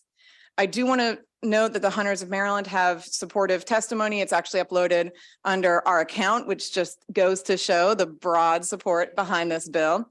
And we understand that the bill has a fiscal note. I think you're well accustomed to fiscal notes coming before this committee. We do believe there are several ways to address the cost of the program. One is the discretion of the committee to perhaps fund it at a different level than requested. That is always within your purview and your final right to decide. We also understand that there is some legislation pending that would significantly increase funding into our Department of Natural Resources, and that funding could be used for this program. So that is one option potentially. And so we think there are many different ways to fund this important program and that it is worthy for the farmer's sake, for residents' sake, and for the bear's sake to move it forward. So thank you for your consideration. Thank you. Good afternoon, Chairman and members of the committee. My name is Alyssa Dangle, and I'm here to testify on Senate Bill 310. This bill would benefit many animals. It would also help so many people. Bears living in areas near human settlements or around constant human activity often come to rely on food that is accidentally provided by humans. As more people live in rural areas become suburban areas, and more buildings are encroaching onto sparse forest areas where bears are living. To vote yes on Senate Bill 310 would be helping stop bears coming into contact with coming into conflict with people. My family and I have had experiences where a fox was attacking our chickens. We invested in a fence around our chicken coop. Putting a fence around our coop saved the chickens, and putting a fence or using other deterrents around livestock will help save them from bears. The fox that was killing our chickens was hit by our car. However, another fox just moved in. It's the same with the bears. This bill would not only save the livestock that are being slaughtered by the bears, but also save those beautiful creatures. If we continue the way we are going, more needless deaths to living creatures are going to happen. Today, bears are primarily limited to small forested regions that are most times near human settlements. Bears attack livestock because they see food that is near them and easy to get. They would not be able to attack the livestock if there were fences or other deterrents. Bears do not only harm the livestock, but also harm crops as well. Bears trample the crops and cause a poor harvest. But how will shooting one bear solve that problem? Putting fences around the crops will be much more beneficial towards keeping bears out of crops. This way the harvest will be more prosperous, also because the fence will keep other animals out of the crops as well. Save agriculture, save livestock, and save bears. Please vote yes on Senate Bill 310. Wow, I don't know how we could say no to that. You can come back and testify anytime. Great job, right? Okay, so I get to follow Lisa Dangle, amazing. So thank you so much for that very compelling testimony. Lisa Radoff, for the record, Chair and President of Maryland Votes for Animals, here in support of SB 310. You've already heard compelling testimony, not to use that word twice, from our sponsor, from Jennifer Bevan Dangle from HSUS, and from Alyssa Dangle. This is a proactive approach. This is a way to deal with this problem, save bears, help farmers, deal with residents, and not have property damage and injury. It is a worthwhile investment for the state to make. And it's the type of bill that we feel has a lot of relevance, not just to Western Maryland. I think that when people think about bears, they think just Western Maryland, but bears have been spotted in Howard County, in other counties. And people who have homes and visit Western Maryland have also reported that they've had interaction with bears as well. So we're very excited about this approach, and we urge a favorable report. Thank you so much, Senator West, for sponsoring this bill, and I urge a favorable report. Thank you very much. We have online Lindsay Thompson. Good afternoon, Mr. Chair, members of the committee. My name is Lindsay Thompson, here today on behalf of the Maryland Grain Producers Association in support of Senate Bill 310. How this bill impacts grain producers, you heard Senator Elfreth say, oftentimes we only hear about crop damage from deer. I will say that a black bear can destroy an acre of corn faster than 50 deer and do so overnight. So from a financial perspective, it really behooves the farmers to either avoid that bear creating that damage, or as you've heard others say, oftentimes they are forced to get nuisance permits, which they really don't want to do. So to give you an idea of the financial impact of this, an acre of corn from an investment perspective is around about $1,000 an acre once you look at the investment in the inputs and then the loss of income when that acre of corn is completely destroyed. And so we do support not only funding of the restitution fund, but also of the grants that are made available not only to farmers, but also to local governments, parks and recreation, nonprofit organizations, and residents, in order to avoid the bears being in these areas in the first place. And so with that, I would urge your favorable report. Thank you. Thank you. Any questions for the witnesses? Thank you all very much. Thank you. Thank you. Senator Slugger. 273.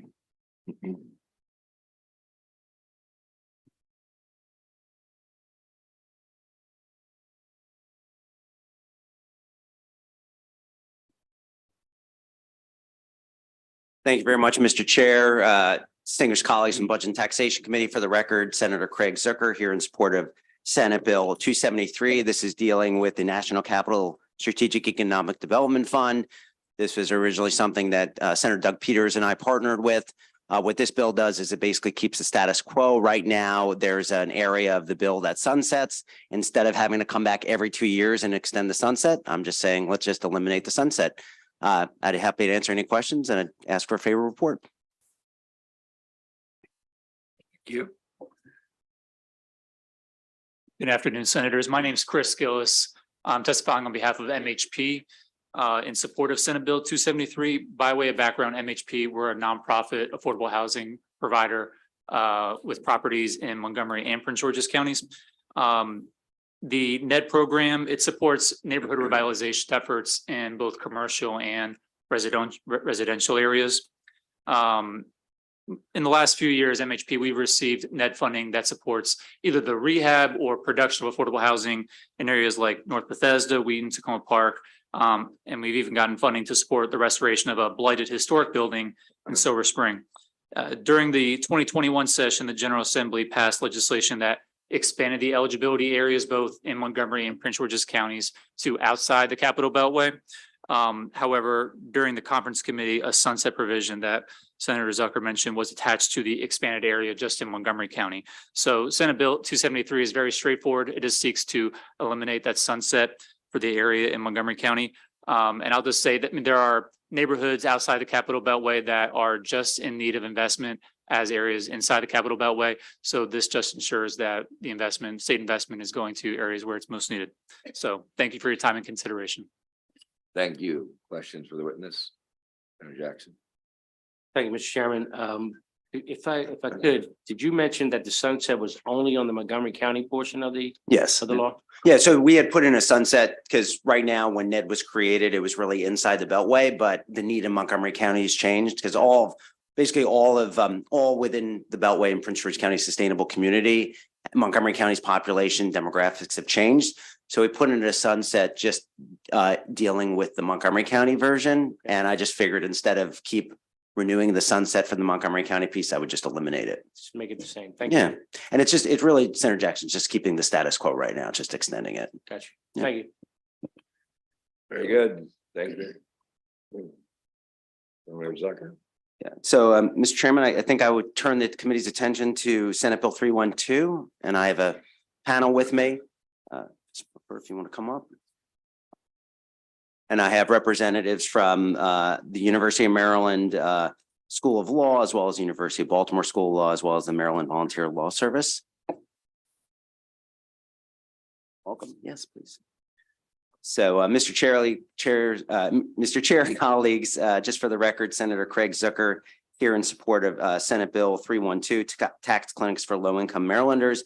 Mr. Chair, colleagues, someone who I work very closely with in my office, Fitzgerald Mofor, has been working very tirelessly on this bill. So with the committee's indulgence, I'd like to turn it over to him to present our brief testimony. Mr. Mofor.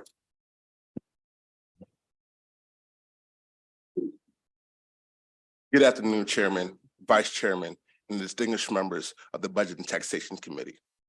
For the record, my name is Fitzgerald Mofor, and I'm glad to join Senator Zucker to make the tax clinics bill a permanent program. Majority of Americans struggle with $1,000 emergency payments. The inconvenient truth is that obtaining tax reconciliation assistance on state tax issues can be a fiscal quagmire for Marylanders. The cost to obtain a tax barrister is exceedingly high. In fact, retaining such tax professionals is nearly impossible for some. As public servants, it is our duty to ease the burdens of our constituents. It would be a dereliction of duty to do otherwise. This bill extends current law where Maryland taxpayers can be represented in the court on their state tax issues. The original bill unanimously passed through the Senate, and we ask for a favorable report. Thank you guys so much for allowing me to testify before the committee, and I'm ready to answer any questions after. Thank you. Good afternoon, Chair Gazone, Vice Chair Rosapep, and members of the Budget and Taxation Committee. My name is Beverly Winstead. I am the Clinical Director at the University of Maryland, Francis King Carey School of Law. And I'm pleased to join Senator Zucker and my colleagues from the University of Baltimore and the Maryland Volunteer Lawyer Services in supporting SB 312. During the 2021 legislative session, you guys created a special fund to create a tax clinic. And since the tax clinic has been up and running, I wanted to give you some numbers in terms of what we've done. Actually, the numbers that I'm going to give you only really reflects 2022, even though the clinic was formed in 2021. So the numbers from 2022 is we conducted 16 outreach activities. This is in person and virtual, estimating our reach to be approximately 40,862 Maryland taxpayers. We also assisted Maryland taxpayers resolving their Maryland tax problems by securing refunds, assisting with state audit of tax returns, as well as assisting with innocent spouse claims.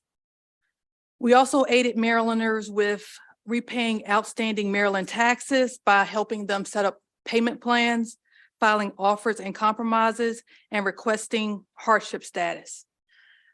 We've served clients from all over the state. And I'm laughing because even when I was walking over here, I was being escorted over here and I saw this gentleman who looked confused and lost. And the person who was escorting me over, she wanted to walk past them, but I could see, because I do this work all the time, that he had a comptroller notice.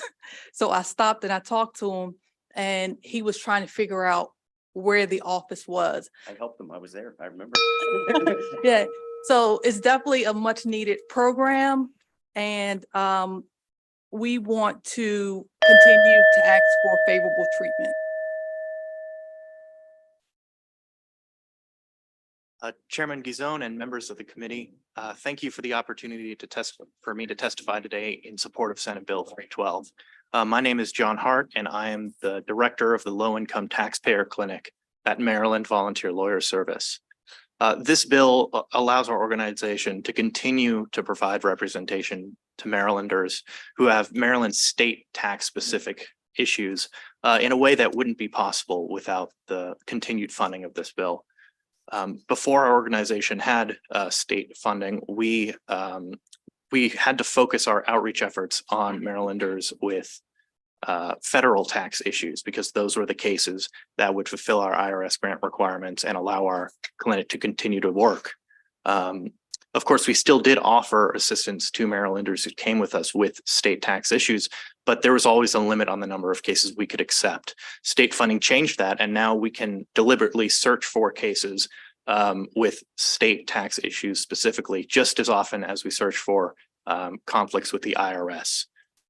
In certain respects, resolving state tax issues can be even more urgent and important than resolving federal ones. For example, Maryland has the authority to suspend a professional or driver's license that people need to work in response to an unpaid tax debt. The IRS can't do that. Similarly, in some instances, Maryland fees for unpaid taxes accrue quicker. So it's always important for us to address those issues quickly. These are compounding issues that can often lead people to believe that they're trapped with no way to pay off their debts. But with help from MVLS and other LITCs, they can find representation to guide them to a resolution. This is why Senate Bill 312 is so important. It keeps Marylanders with tax debts working, and it improves the overall efficiency of the system through taxpayer education and assistance. Thank you again for this opportunity to testify, and I respectfully request a favorable report on Senate Bill 312.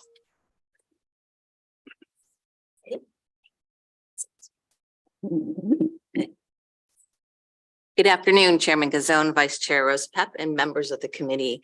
My name is Janice Sheet, and I am the director of the Low Income Taxpayer Clinic at the University of Baltimore School of Law. Thank you for this opportunity to testify in support of Senate Bill 312.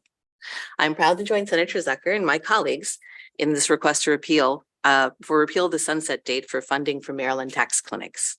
As you're aware, this initial funding was distributed to the 3 different tax clinics. Each site chose to do something different with the funding. The University of Baltimore focused on outreach and education. With my arrival to UB in the fall of 2022, I moved over a chair here as the former director at MVLS. Our outreach focus has shifted. We are all familiar with recent world events such as the war in Ukraine, the evacuation of our allies from Afghanistan and the rise of the Taliban, and the increase in the global refugee population. While these may appear to be distant events from our shores, they actually hit home with a distinct impact on the state of Maryland. As stated in my written testimony, Maryland is the home to many immigrants who are legally authorized to work and are unfamiliar with the tax system here. Maryland has always been a welcoming state to immigrants and refugees and has an established infrastructure to support their needs, with the exception of tax legal services. UB has created a new community outreach initiative to address this issue. We call it TAPER, for a tax assistance project for immigrants and refugees. Let me give you one example of a typical client. Alina, originally from Ukraine, is legally authorized to live and work in the United States. Looking to earn some income, Alina posted a request on the Nextdoor app offering to babysit. However, because Alina was new to this country and unfamiliar with the US tax system, she was unaware income derived from these jobs would be subject to self-employment tax. We reached out and provided her with some tax education, thereby preventing a potential tax liability. We aim to prevent tax problems while simultaneously promoting integration of the immigrants into American society through the tax system. At the same time, the state of Maryland benefits by having improved tax compliance and appropriate tax revenue directed to the Maryland Comptroller. Overall, we consider our project a win-win for the state of Maryland. Thank you for your support. Thank you. Questions? Thank you all very much.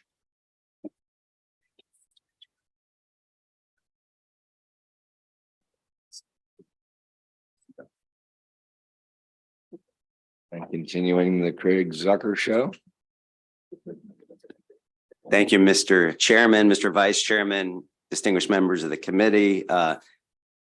Popcorn is on its way. No, but in all honesty, I'm here to present Senate Bill 311. Mr. Chairman, if I can call up my panel, I know the superintendent is here. That'd be great. Coming up. And then I also have a panel of teachers, educators, if they want to come up. I've got, I don't know if you can all come up at the same time, but Matthew Reeds, Brooke Hess, Katrie, Amy Dykes, and then Amy Vaughn, but let's just kind of rotate, I guess. That's fine. Yeah, Mr. Chairman, this is dealing with special education placements. We've been discussing this many years, and we've had legislation in front of you before, and this is dealing basically with pay parity, and that's what this bill reflects. So what you have schools throughout the state that serve our public school students, although they may not be considered public schools, although the students there are being paid for by the school systems. And I can tell you, and I know that those that have been on this committee before know this is deeply personal to me, because right now we have public school students who are not able to be educated in the public school. And as a result of that, the school system pays for them to go to this special needs school. And as the committee knows, I went to one of those schools and I think I turned out pretty well. But what I find intriguing, and this is why, Mr. Superintendent and colleagues, we put money in the budget every year, is that, you know, we got to get this right? So even though we're putting money in the budget every year to pay the teachers equitably, we have to figure out a long-term fix. And this is what this bill hopes to address. So basically the question I have for the committee is, you know, if you think I'm worth it in terms of, you know, being a student at a special needs school, well, what about the teachers that are educating students like me? Aren't they of value? I mean, they're no less important than our public educators, because I'm a public school, me and my colleagues at the time were public school students. So what this bill does is this is going to make sure that we're not only investing in our students that are there, but also reflecting the value that these educators bring. And I just wanted to, again, thank Mansef, thank everybody involved, the superintendent, and I think staff will tell me if I'm wrong, but I just heard recently as well that all opposition has been removed. I think MACO, is that right? MACO has removed their opposition to this bill. Yeah. So there's no opposition, Mr. Chairman. So with that, I'll turn it over to the superintendent and we'll take it from there. Thank you, Mr. Superintendent. Thank you, Senator Zucker. Good afternoon, Chair Guzzoni and Vice Chair Roosevelt. I'm here today on behalf of the Maryland State Department of Education to request a favorable report on Senate Bill 311. Education research points to a host of factors in school and largely out of school that contribute to a student's success. The evidence on classroom level impact is clear. The biggest school-based factor influencing student outcome is the adult in front of the classroom. In Maryland, special education continues to be a critical shortage area, both in the pre-pandemic days and the post-pandemic days. Last school year, 23% of our nearly 2,000 teacher vacancies statewide were in special education. Our non-public school education settings, those schools that often enroll and serve our state's highest need children, special education teachers are often paid less than their counterparts who work directly in local education agency operated schools. This combination of challenges leads to high vacancy rates and high turnover that disproportionately affects students with disabilities. These children are some of the most vulnerable students. These children are the most vulnerable students in our schools, and we have a lot of work to do in Maryland to accelerate our outcomes for students with disabilities. We should do everything we can to ensure that we have well-compensated, high-quality special education teachers in our state special education setting. Senate Bill 311 would ensure that special education teachers in non-public special education settings receive pay that is comparable to their counterparts who hold the same credentials and licensure in their local education agency. A free and appropriate public education for all calls for nothing less. Thank you. Thank you, Mr. Superintendent. Good afternoon, everyone. My name is Matthew Reeds. I'm a proud Baltimorean, and I'm a former student board member at Morgan State University, and I'm a current MBA candidate at Johns Hopkins Carey Business School. I am a husband and I'm a brother, and my wife is a special education teacher. My mother is a retired teacher, and my sister attends Gateway School, which is a special needs school located in Baltimore. I am deeply in favor of obtaining salary parity for teachers and staff employed by MSDE-approved special education schools serving publicly funded students. In 2019, our family started the Reeds Fund, which provides scholarships for young adults on the autistic spectrum. Coming out of COVID-19, our special needs students are behind. We must recruit and provide adequate compensation to ensure students have the appropriate educational setting to implement their IEP. My sister could have been left behind if we don't act now. Social interaction is crucial for those with special needs, which was lost during COVID. As we recover, this bill couldn't be more important. Thank you for your consideration. Good afternoon. My name is Brooke Hess, and I've worked at Ivy Mount for over 6 years. I started working at a special education placement program after holding multiple special education positions and student teaching in 2 Maryland public schools. As a certified special educator, people would always ask me, why do you work at Ivy Mount, a school that cannot pay you near as much as a public school or have nowhere close to the same benefits, while you hold 2 special ed and 3 general ed certifications and endorsements? I would always answer because I love our students. Across my high school chemistry class, my high school algebra 2 class, and beyond, my students have continued to bring me immeasurable joy and pride that I can never put into words and within their least restrictive environment. However, throughout my years at Ivy Mount, I have seen one teacher after another come to work there only to leave after their 1st or 2nd year because the salary the special education placement programs can pay is not currently able to compete with public school salaries. This is not even considering the fact that some special education placement programs are 11 or 12-month programs. That means our teachers don't get a comparable salary or summers off. This leaves our students with a revolving door of staff who are qualified or staff who stay with less qualified backgrounds. How is that providing an appropriate education to our students? Our teachers show up every single day for our students like other special education placement program teachers and continue to provide incredible specialized education support that our students deserve. But just imagine the progress our students would make in achieving their high school diploma, yes, the same earned in typical high schools, or the progress made across their vocational classes that would allow them to obtain and keep a job if we had the salary parity to retain highly qualified and certified teachers. Parents and caregivers can spend years finding appropriate placements for their students. Our special education placement programs provide a level of support that public schools are not able to provide within their least restrictive environment. We then owe it to these parents, caregivers, but most importantly, our students to retain the most qualified individuals for these students to reach their maximum potential. Good afternoon. My name is Dr. Amy Von Rowland, and I'm a special educator and therapeutic ecology teacher at the Villa Maria School. As our superintendent mentioned, our education system is founded on the principle of a free and appropriate public education. But for over 3,000 students represented by Mansef schools, Maryland Public Schools cannot meet their needs. They need more than the public school can offer. They need more service hours, more behavioral interventions, more intensive therapies, and more differentiated instructions. They then come to us for non-public special education, where our educators provide them with more.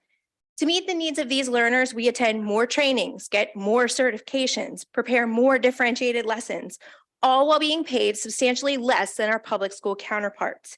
It is estimated that non-public educators work over 31 more days a year than our public school counterparts, while being compensated 20 to 40% less than public school teachers with similar credentials and experiments.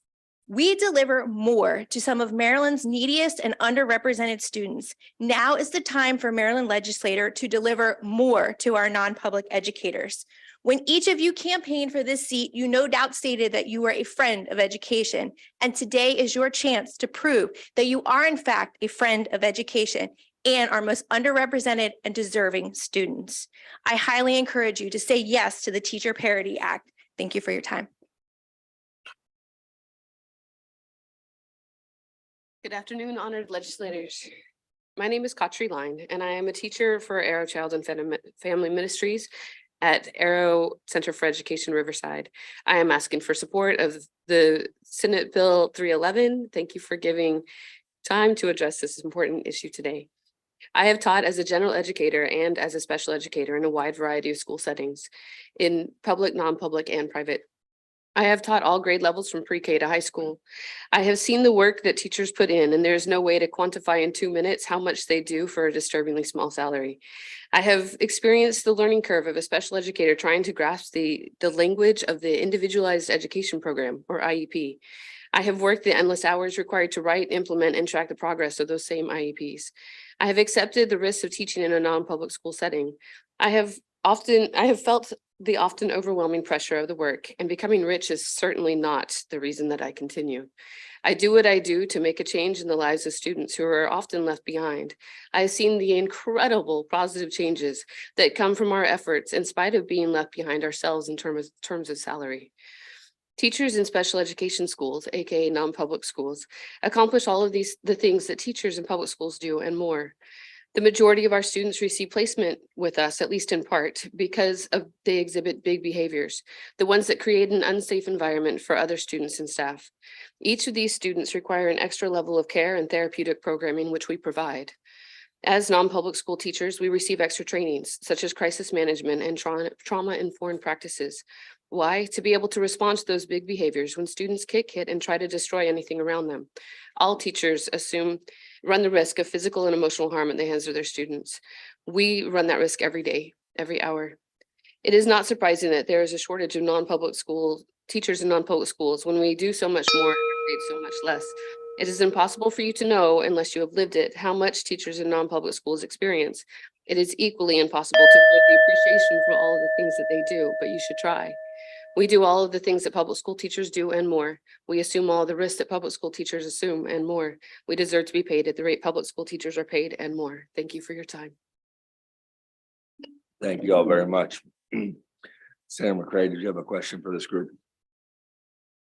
If I can. Just first, thank you, Mr. Chair, and just want to thank my constituent, Matthew Reeds. I believe this is his first time in B&T that I've seen in my fifth session, but he's an extraordinary young man, Mr. Chair, and the work that he's doing. And I know personally the work, Senator Zucker, that he's doing around this subject matter and what he's done around working with BPD on this subject matter and other state agencies. So I say thank you for bringing them up, but thank you for the entire group. Very good. You want to rotate in the other folks who haven't had a chance yet? Oh, did you have a question? I have a question. Oh. For whomever knows the answer. First is, how many teachers are we talking about?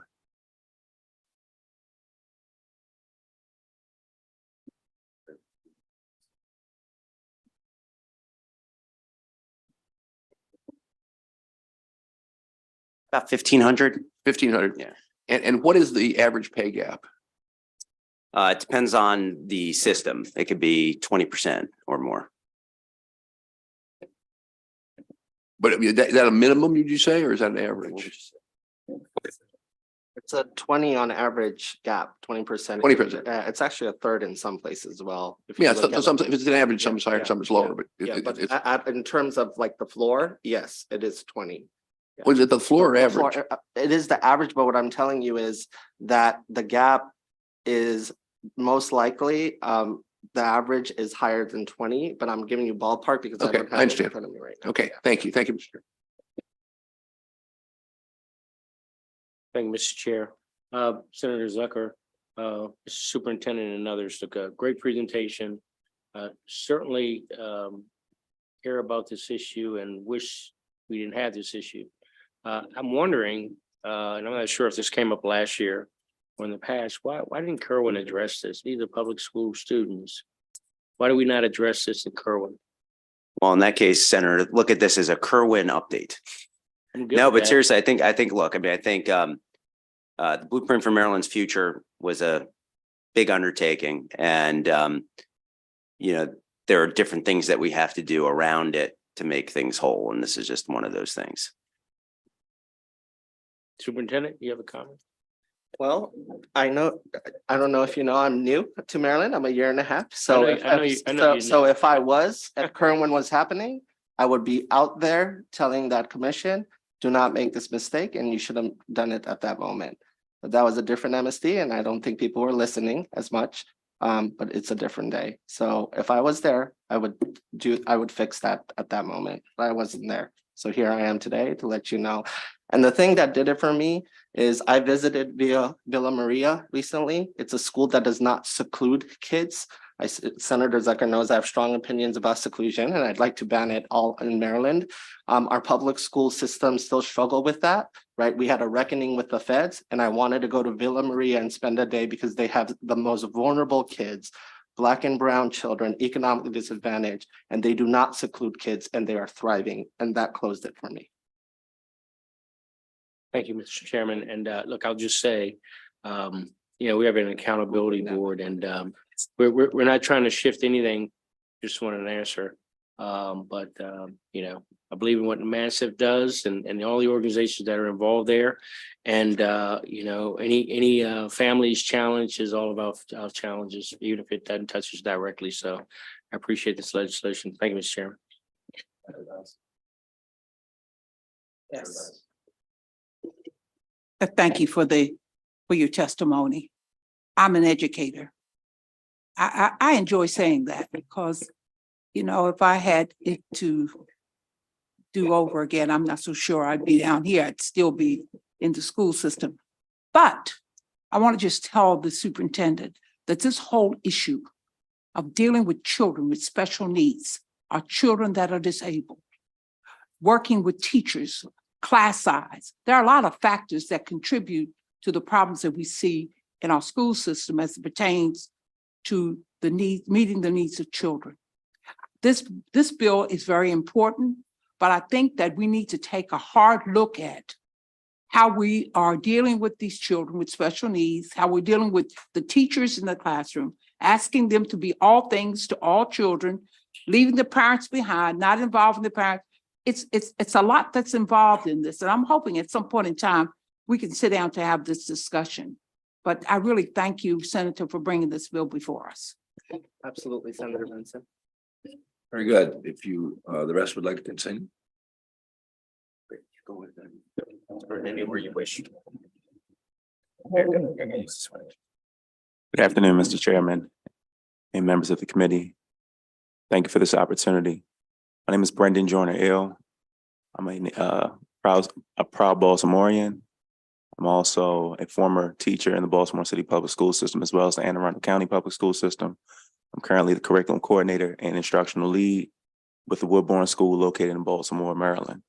Our students have experienced significant trauma in their lives and are working through extensive support and intervention to develop their needed skills to rejoin their community and share success.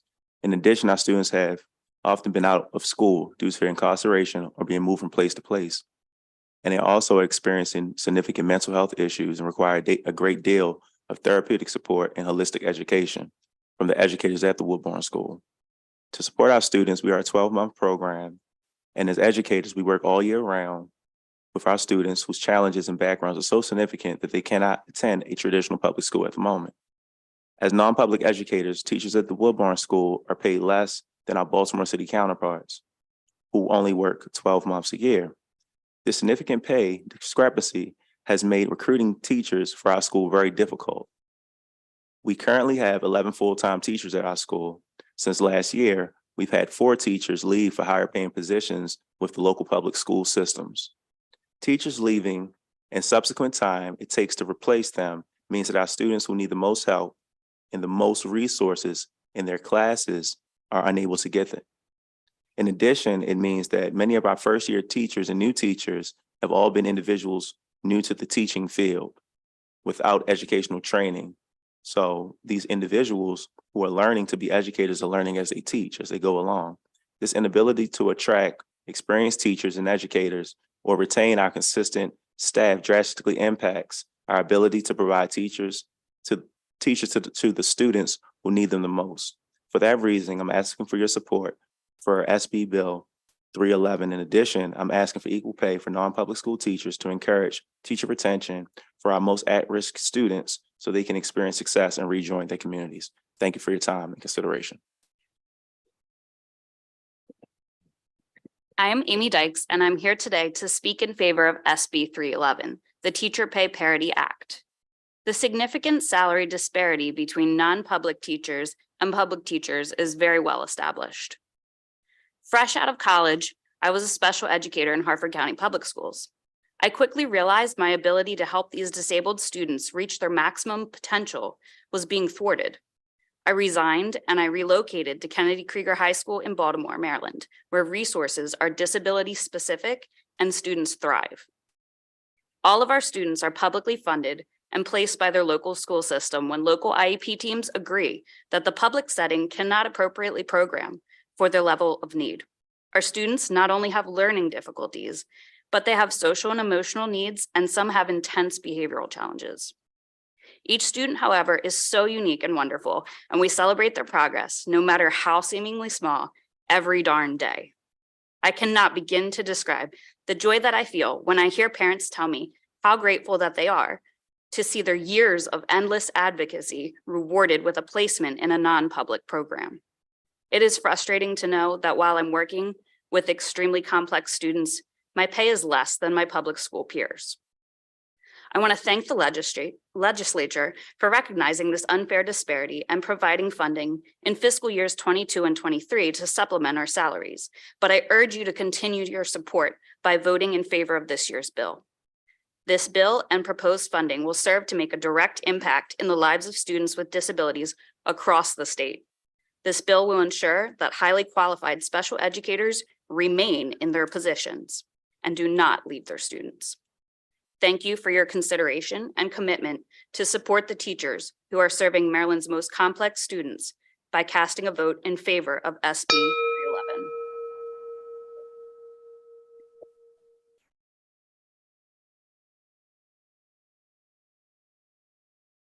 Good afternoon.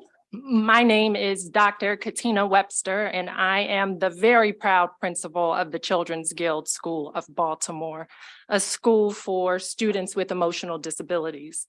I have been a special educator for 25 years, and I support Senate Bill 311. I support the bill for obvious reasons, retention and recruitment, as you've heard. But I also want to provide a very personal and very real picture as an administrator of why this is so important. Special educators possess a skill set that others do not. We are responsible for helping the most needy, the most challenging, the most traumatized, and often dangerous students. For many students, we are the last stop, and sometimes their last hope.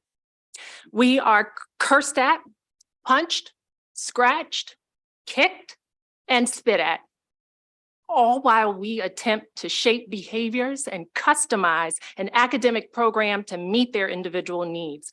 In other words, differentiating and implementing the same public school curriculum in addition to meeting students where they are academically, behaviorally, and therapeutically.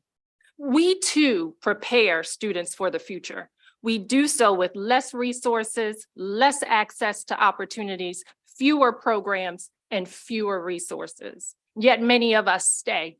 We come back each and every day. You have to love this work, and you have to love our children to maintain the stamina it takes to work at a non-public school. The salary I make now, I made 7 years ago in the public school system.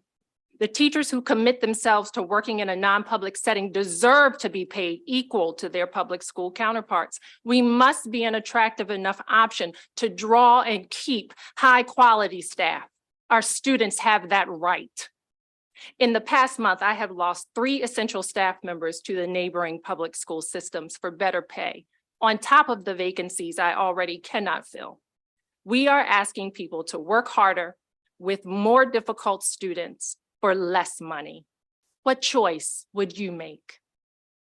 I implore you with my whole heart to strongly consider passing Senate Bill 311. Thank you for the opportunity to speak with you today. Thank you. Anyone, questions for this panel? Thank you all very much. Appreciate you sharing your personal stories. It's all very compelling. Senator?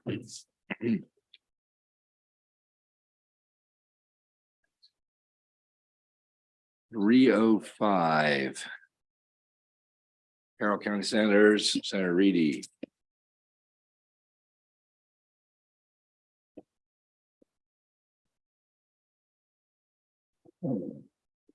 Thank you, Mr. Chairman. Good afternoon, colleagues. Members of the Budget and Tax Committee, Chairman Gizzoni. Senate Bill 305 is legislation authorizing the county commissioners of Carroll County to borrow not more than $65,600,000 to finance construction, improvement, and development of certain public facilities in Carroll County, and allow such borrowing by the issuance and sale, a public or private sale of its general obligation bonds. This is our normal bond request that we have annually as a commissioner form of government. Our delegations in the Senate and House, for that matter, have voted unanimously in support of this legislation. And there is a letter of support and voting sheet included in the testimony. Would ask for your support and be happy to answer any questions.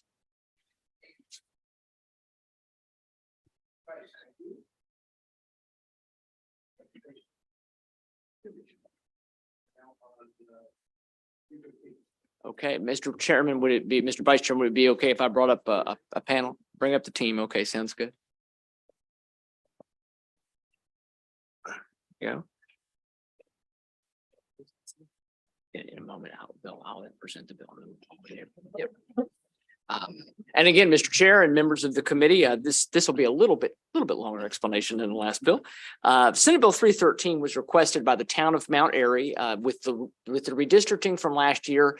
I'm now proud to be able to represent all of the town of Mount Airy and excited to do that. But this was requested to give them urban renewal authority.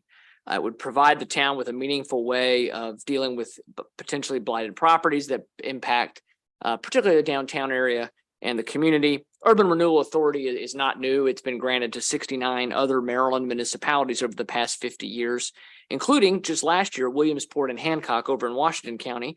The town views this legislation as not something that necessarily will have to be used in the near future or in the future, but as a way to address property issues and at times bring folks to the table to talk about solutions for blighted properties. Article 3, Section 61 of the Maryland Constitution requires that municipalities have this authority conferred on them by the General Assembly, which is why we're before you here today. And we've included the list of 69 municipalities for your viewing pleasure if you'd like to see the other ones that have this authority. Our Senate and House delegation in Carroll County voted unanimously in favor of Senate Bill 313, and we have that letter of support provided. And I would request a favorable vote. I'm happy to answer any questions, but I have some folks here from the town of Mount Airy. I'd love for them to be able to present, if that's okay, and then maybe we can take any questions that anyone might have.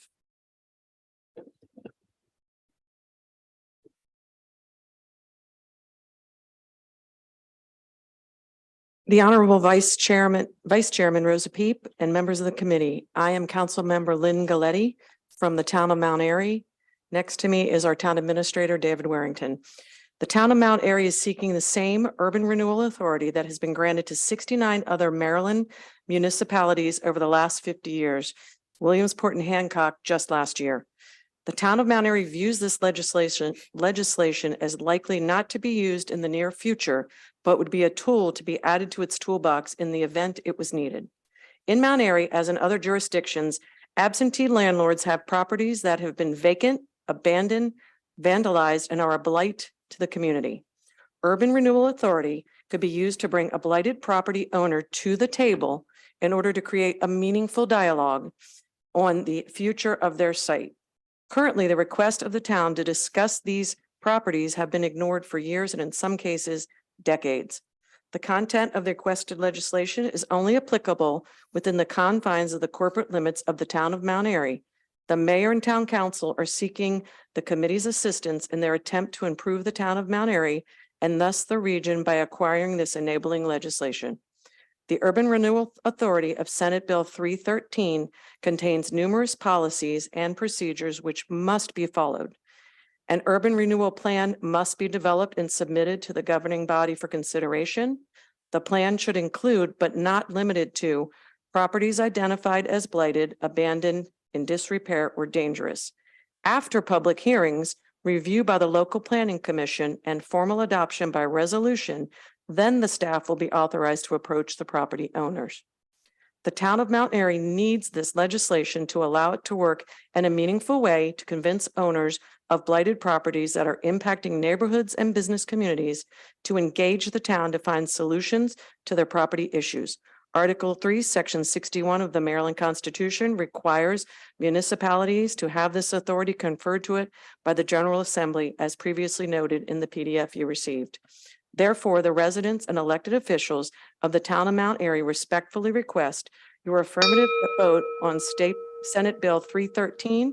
Thank you for your time and consideration. I would be happy to answer any questions at any time from anybody. Thank you. Sure. And I'm a former educator. I appreciate the previous bills. Are there any questions for our panel? I just make one comment. Having lived in College Park for quite a while, where we have Urban Renewal Authority and have used it, and sometimes used it pretty well and sometimes used it not so well. And so I would encourage you, as you look at this, and that's true around the country, it's not just College Park. But I think I'd really encourage you to look at how to do it right. And I'm sure you will, but just there've been some urban renewal things around the country over the decades that have not turned out the way people intended to. So I just pass that advice on. So thank you all very, very much. Thank you, and go Terps. I lived in College Park when you did some of that urban renewal of Maryland. So Well, there you thank go.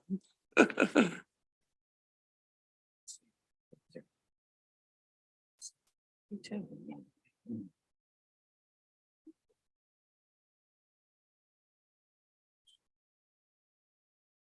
Thank you, Mr. Chairman. I came to entertain today. I was going to juggle all my files, and I have one witness coming up, but I asked to go ahead and join me as well. So I'll get started.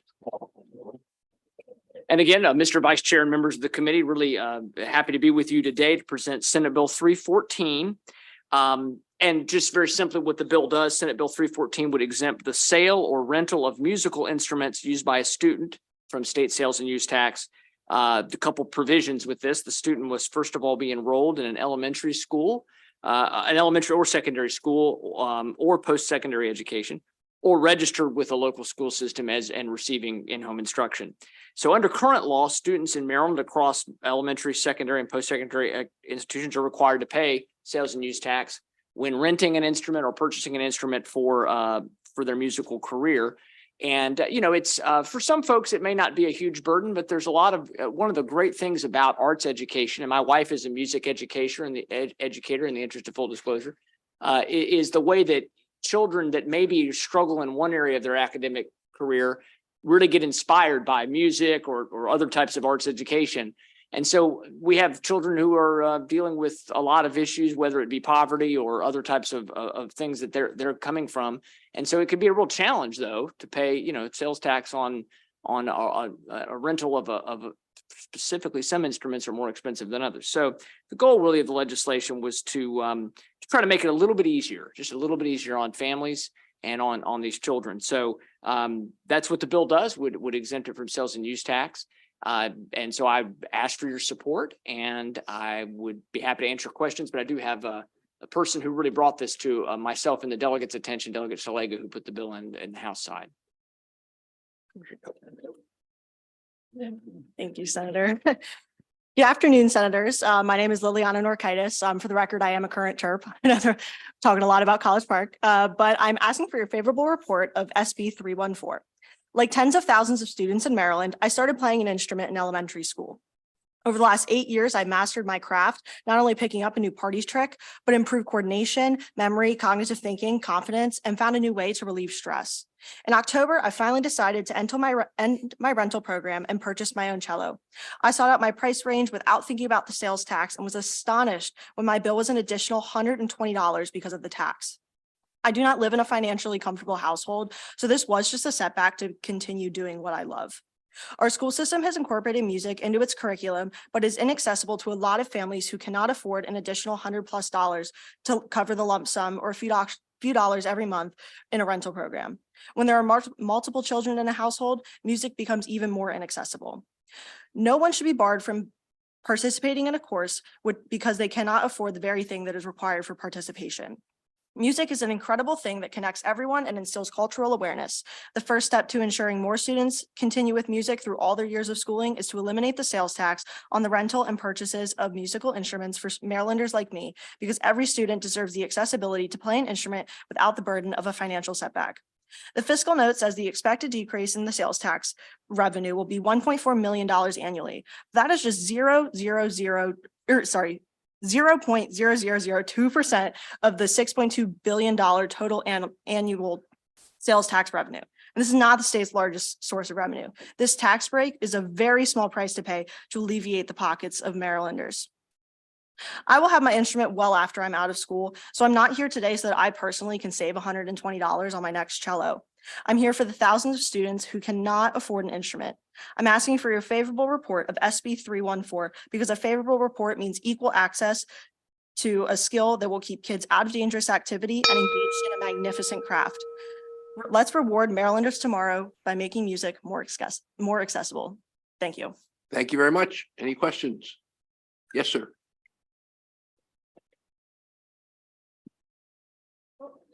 There we go. Thank you, Mr. Vice Chair. I want to thank the sponsor and the witness here, who I know is doing a great job and going to a great school.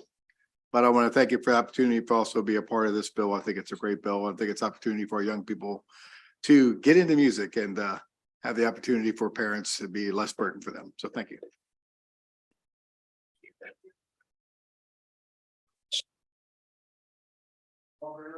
Thank you, Mr. Vice Chair. Now, Senator, this is the Senator Brooks part of the show. So Senator Brooks, come on up. You got 3 bills.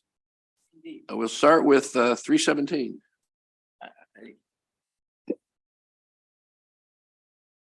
Oh, boy.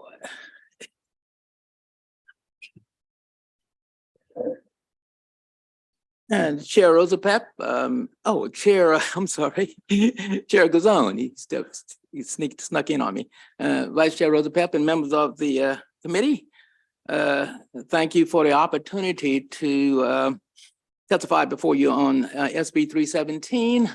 For the record, I'm Senator Ben Brooks, Baltimore County, 10th Legislative District.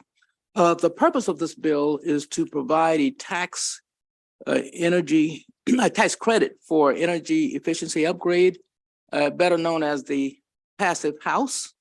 And what this credit will provide for energy efficiency and in residential properties as well as rental units. Yeah.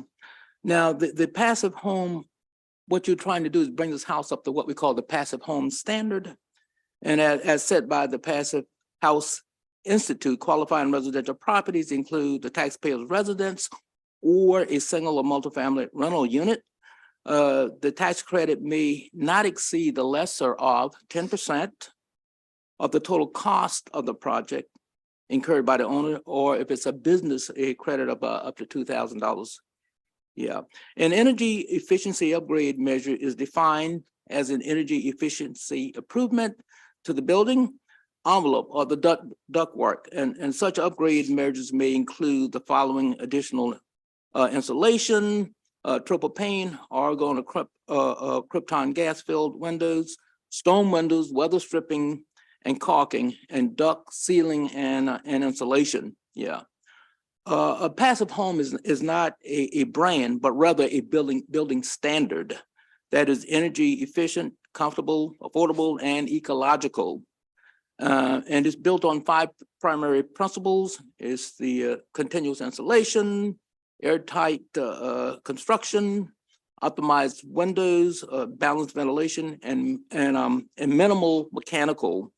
The passive home envelope is what we call it. Minimizes the heat losses, and it keeps whatever that's inside, and what's outside, outside. And then a passive home can reduce the energy usage by about 90%. You know, so there oftentimes I say that the best dollar is the one that's not spent. The best dollar saved is the one that's not spent. And according to the CEJA goal, the Clean Energy Job Act goals that we set back in 2020 to get to 50% of renewables by 2030, this would help us immensely in trying to arrive at those particular goals. So for that, I request a favorable report, and I will entertain any questions. And I do have a panelist here, so. Okay. Go ahead. All right, thank you. My name is Jay Murdoch. I'm Director of Industry Affairs for Owens Corning. We're a global building product manufacturer based out of Ohio, headquarters in Ohio. We make insulation, roofing, and composite glass materials. Typically, those composite glass materials are going into wind turbines and boats. But I'm here really on behalf of the Passive House Network. That's a 501c3 advocacy group promoting Passive House in education and training, and also in policy. I'm also here on behalf of the Passive House DC chapter, which covers Virginia, Maryland, and the DC metro area. The senator did a great job of talking about Passive House 101. I basically kind of referred to it as an energy code on steroids, that you're just going to really get great energy efficiency in a home. I would have to say that Passive House is generally, so in my role on policy work throughout the country, I'm working on building decarbonization, electrification, building codes, a lot of climate issues. I want to say that this would be the first state tax credit for Passive House. I would love nothing more than to go back to California and tell my legislators there in California that you guys did it first. So that's just a little bit of motivation on my end. Also, I'm a recovering builder. So at architecture school at DC, I went into home building. I, as a builder, and I'm involved in a lot of utility programs across the country, the Recovery Act incentives that came through, and now the Inflation Act incentives that are coming through. I can tell you that the most appealing vehicle to get a builder to choose to voluntarily go above the code is a tax credit. The well-intended and well-designed utility programs, which I'm really grateful for across the country. I've been involved in many Public Utility Commission hearings to design new homes and retrofit programs. Candidly, they're just too painful for a lot of builders to participate. They run out of money, they get sunsetted, they change the requirements. In New Jersey, there's a $10,000 utility rebate to go to Passive House. There's no uptake of that because the program's too painful. In Colorado, there's a $7,500 rebate through the utility to go to Passive House. That's new. We're going to see uptake of that in Colorado, but we're not going to see that anytime soon. So you would have the first in the nation tax credit.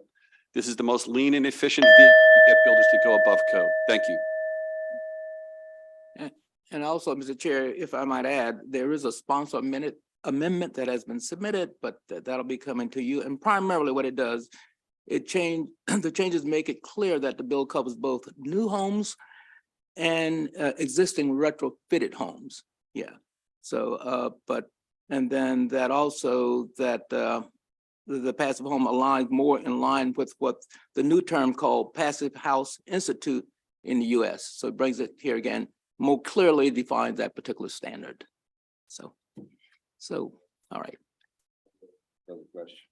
I do for our recovered builder over here. I heard all your words, but I didn't really understand what you were saying. Okay. Why are some incentives working and some incentives aren't working? And why is this the perfect incentive? I'm missing the big idea. Yeah, sure. Great question. Apologies. So I would say in each market and each state, you have a different way of building culturally. Okay.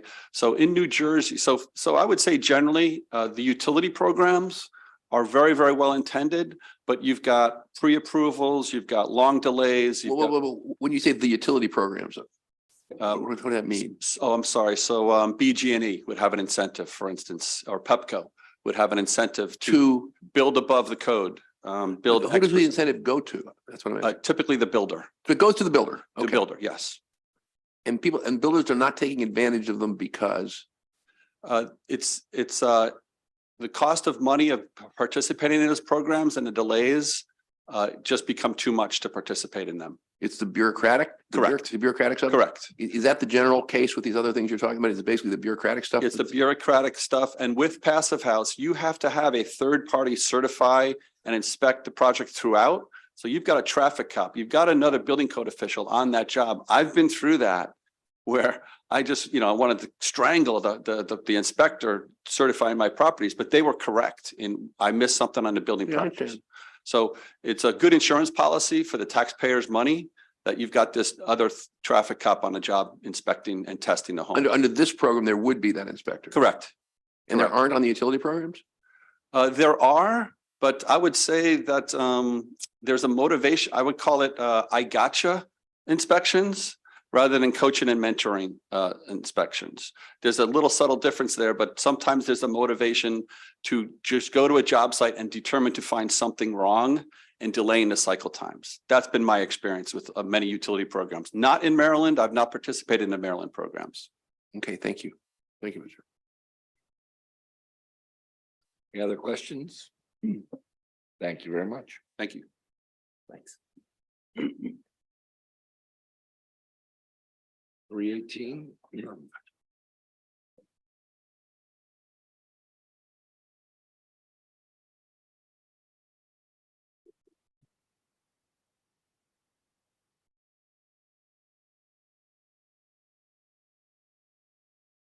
Senator. Okay, thank you, Chair Gazone, Vice Chair Rosa Pep, and members of the B&T Committee.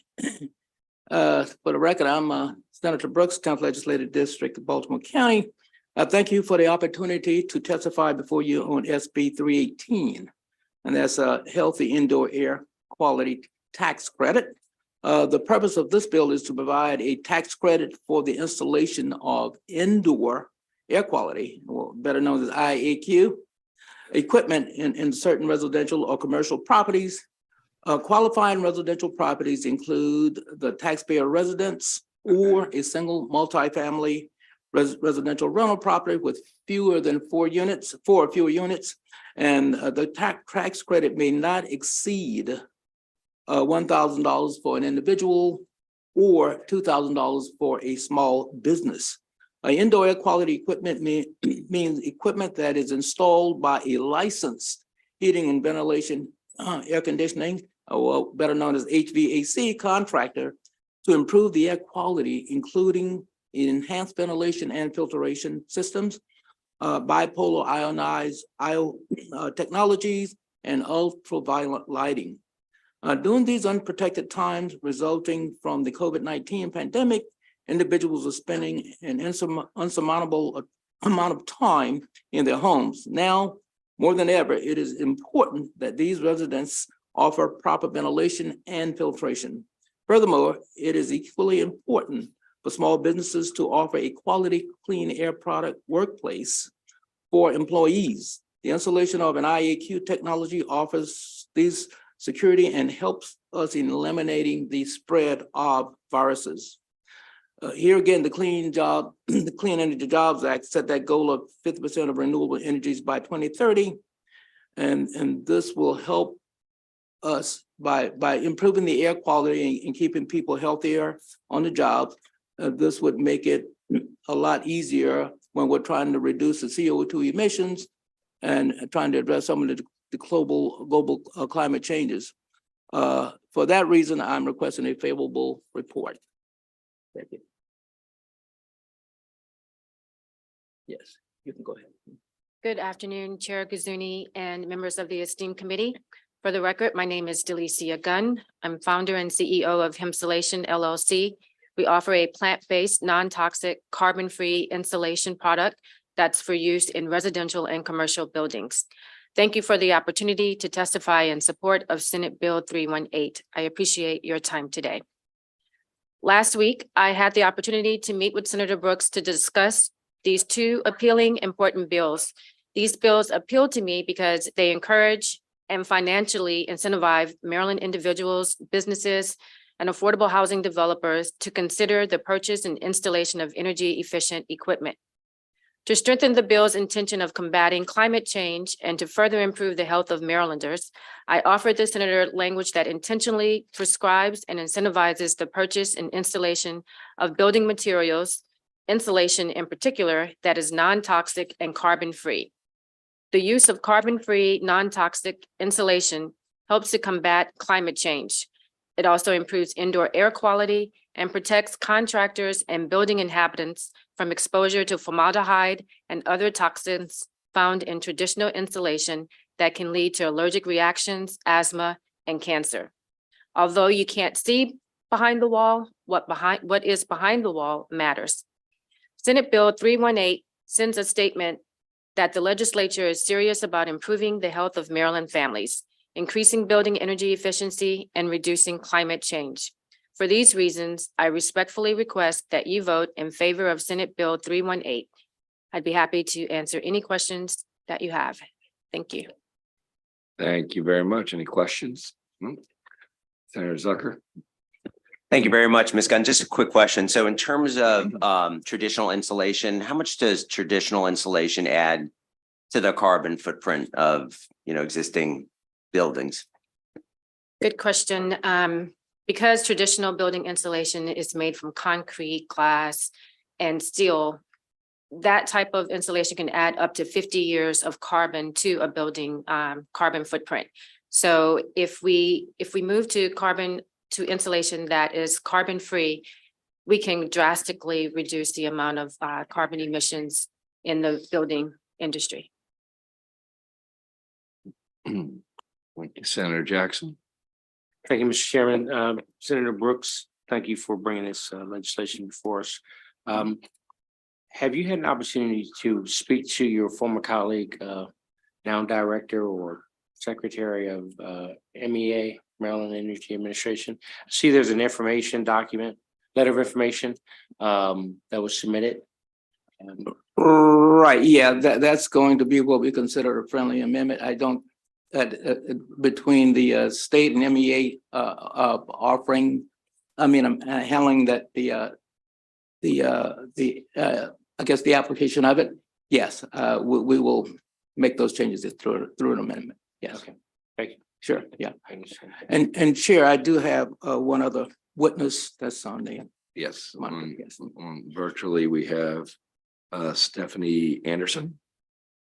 Hi, good afternoon, and thank you for still being there to hear us today. I know it was a long day for everyone. Thank you, Senator Guzoni and Vice Chair Senator Rosepep for this opportunity. For the record, my name is Stephanie Anderson. I'm the Executive Director for the Heating and Air Conditioning Contractors of Maryland. I'm here today on behalf of both HACC as well as the Association of Air Conditioning Professionals. We are two local HVAC trade associations representing over 200 member contractors throughout the state of Maryland. The purpose of this bill is to help Maryland families and small businesses invest in indoor air quality improvements that can help to mitigate the spread of COVID and other airborne diseases. Right now, COVID is kind of a hot topic, but of course, there's other airborne diseases and issues that we face that can affect public health over long term. In our work, we see air quality issues every day in homes and small businesses. Luckily, there are solutions. There are proven technologies like high mirror filters and implemented enhanced ventilation systems that can drastically and dramatically improve the indoor air quality when they're installed properly by a licensed HVAC technician or someone who understands building HVAC systems. We believe that investing in proven solutions is more important now than ever.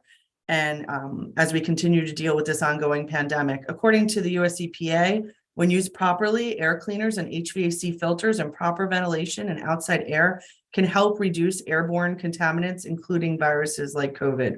At the same time, indoor air, improved indoor air can reduce asthma and other respiratory problems. We also feel this bill would provide direct economic stimulus and support local jobs because HVAC is inherently local and requires boots on the ground. So we respectfully ask the committee for a favorable report on this bill. And thank you again for the opportunity to be here today. Thank you very much. Any questions? Final questions? Thank you very much. Thank you, Senator. Sure. Thank you. I think one more. I have one more. Last one. Okay. 319. Yes, okay, 319. Okay, Chair Gazone, Vice Chair Roosevelt. Yes, come on up. Yes, yeah. And members of the Budget and Tax Committee, for the record, I'm Senator Brooks, representing the 10th Legislative District in Baltimore County. Thank you for the opportunity to testify before you on Senate Bill 319. This is the Diamond Income Reduction Act. The purpose of this bill is to provide a tax credit in the form of a subtraction modification for the first $100,000 of income received during the tax year for individuals who are at least 75 years of age. The bill will be applicable to all tax years beginning after December of 2022. During the 2022 legislative session, the bill had passed, the body passed the HB 186, income tax subtraction modification for centenarians. HB 186 provided a tax credit on the first 100,000 of income during the taxable year for individuals who were at least 100 years of age. Senate Bill 319 seeks to expand this credit to those seniors who are at the age of 75 or above. SB 319 allows the opportunity to show appreciation for a small percentage of distinguished members of society who have been blessed with longevity and have demonstrated loyalty to this wonderful state. It incentivizes seniors to maintain residency in Maryland, which contributes to the state's economic growth. For that reason, I am requesting a favorable report. And I do have a panelist, Ms. Tammy Bresnahan. Good afternoon, Mr. Chairman Gazzoni and members of the Budget and Taxation Committee. I'm Tammy Bresnahan. I'm the Senior Director of Advocacy for AARP Maryland. I'm not going to repeat my testimony. You have it for the record, but I don't have to remind you all about the rising, you may stop. About the rising cost of essential necessities, including groceries, utilities, and prescription drugs. But just for, ARP did a study in September, and I wrote these numbers down with yearly expenses amounting to about $67,000 for a person to retire in Maryland. They will need about $80,000 per year to retire comfortably. The average age of retirement in Maryland is 65. So in my case, I started working in 1982. In 2025, when I reach the age of retirement, I will have put in 43 years.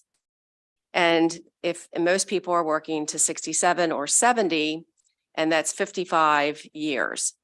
The average age of retirement is 65, but the life expectancy of a Marylander right now is 78.8 years.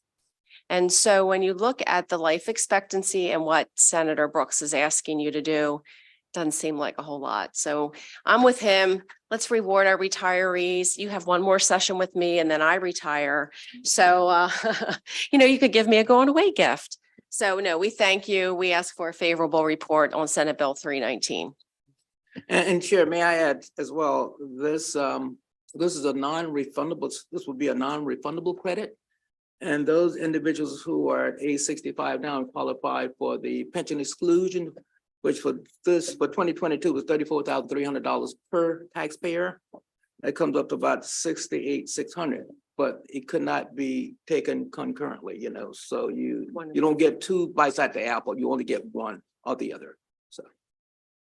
And we'll entertain any questions now. Thank you, Senator. We've got another witness online, Robert Goldberg. Good afternoon, Chairman Gazone and members of the B&T Committee. My name is Robert Goldberg. I serve on the Maryland State Legislative Committee of NARF, the National Active and Retired Federal Employees Association. NARF supports legislation that promotes the general welfare of federal annuitants in Maryland in regards to laws and regulations. We represent approximately 300,000 federal employees and annuitants living in Maryland. For the benefit of all Maryland seniors, we support SB 319. Maryland has one of the highest costs of living and state income taxes in the nation. This discourages aging in place Maryland and encourages migration to senior-friendly states. Many other states actively recruit seniors with tax incentives because they recognize the value of seniors as economic engines for job and revenue generation. 9 states do not have any state income tax, and 14 states, including some of the most progressive in our nation, exempt all or part of federal pensions from state and local taxes. The costs to Maryland due to senior migration are large. Please see the written testimony. Critics of tax relief argue that Maryland cannot compete with Florida's weather, but Maryland seniors are also moving to Maryland and Pennsylvania in substantial numbers. And what about the fiscal note? Firstly, personal income taxes amount to about 25% of Maryland's revenue. The data in our written testimony shows the economic costs when seniors migrate. It's a loss of economic activity, loss of federal grants, etc. Seniors are a major source for volunteers. We do not have children in school. Keeping seniors here keeps our economy healthy, and this will play a major role in very significantly reducing the cost shown in the fiscal note. Thus, doing something about this problem is in everyone's interest. The data are in our testimony. I'm repeating my thanks, Senators Brooke, West, and Kramer for introducing SB 319. NARF is delighted to support this bipartisan legislation. Thank you very much. Any questions for this panel? Thank you very much. Thanks, Chair. Have a great afternoon, evening.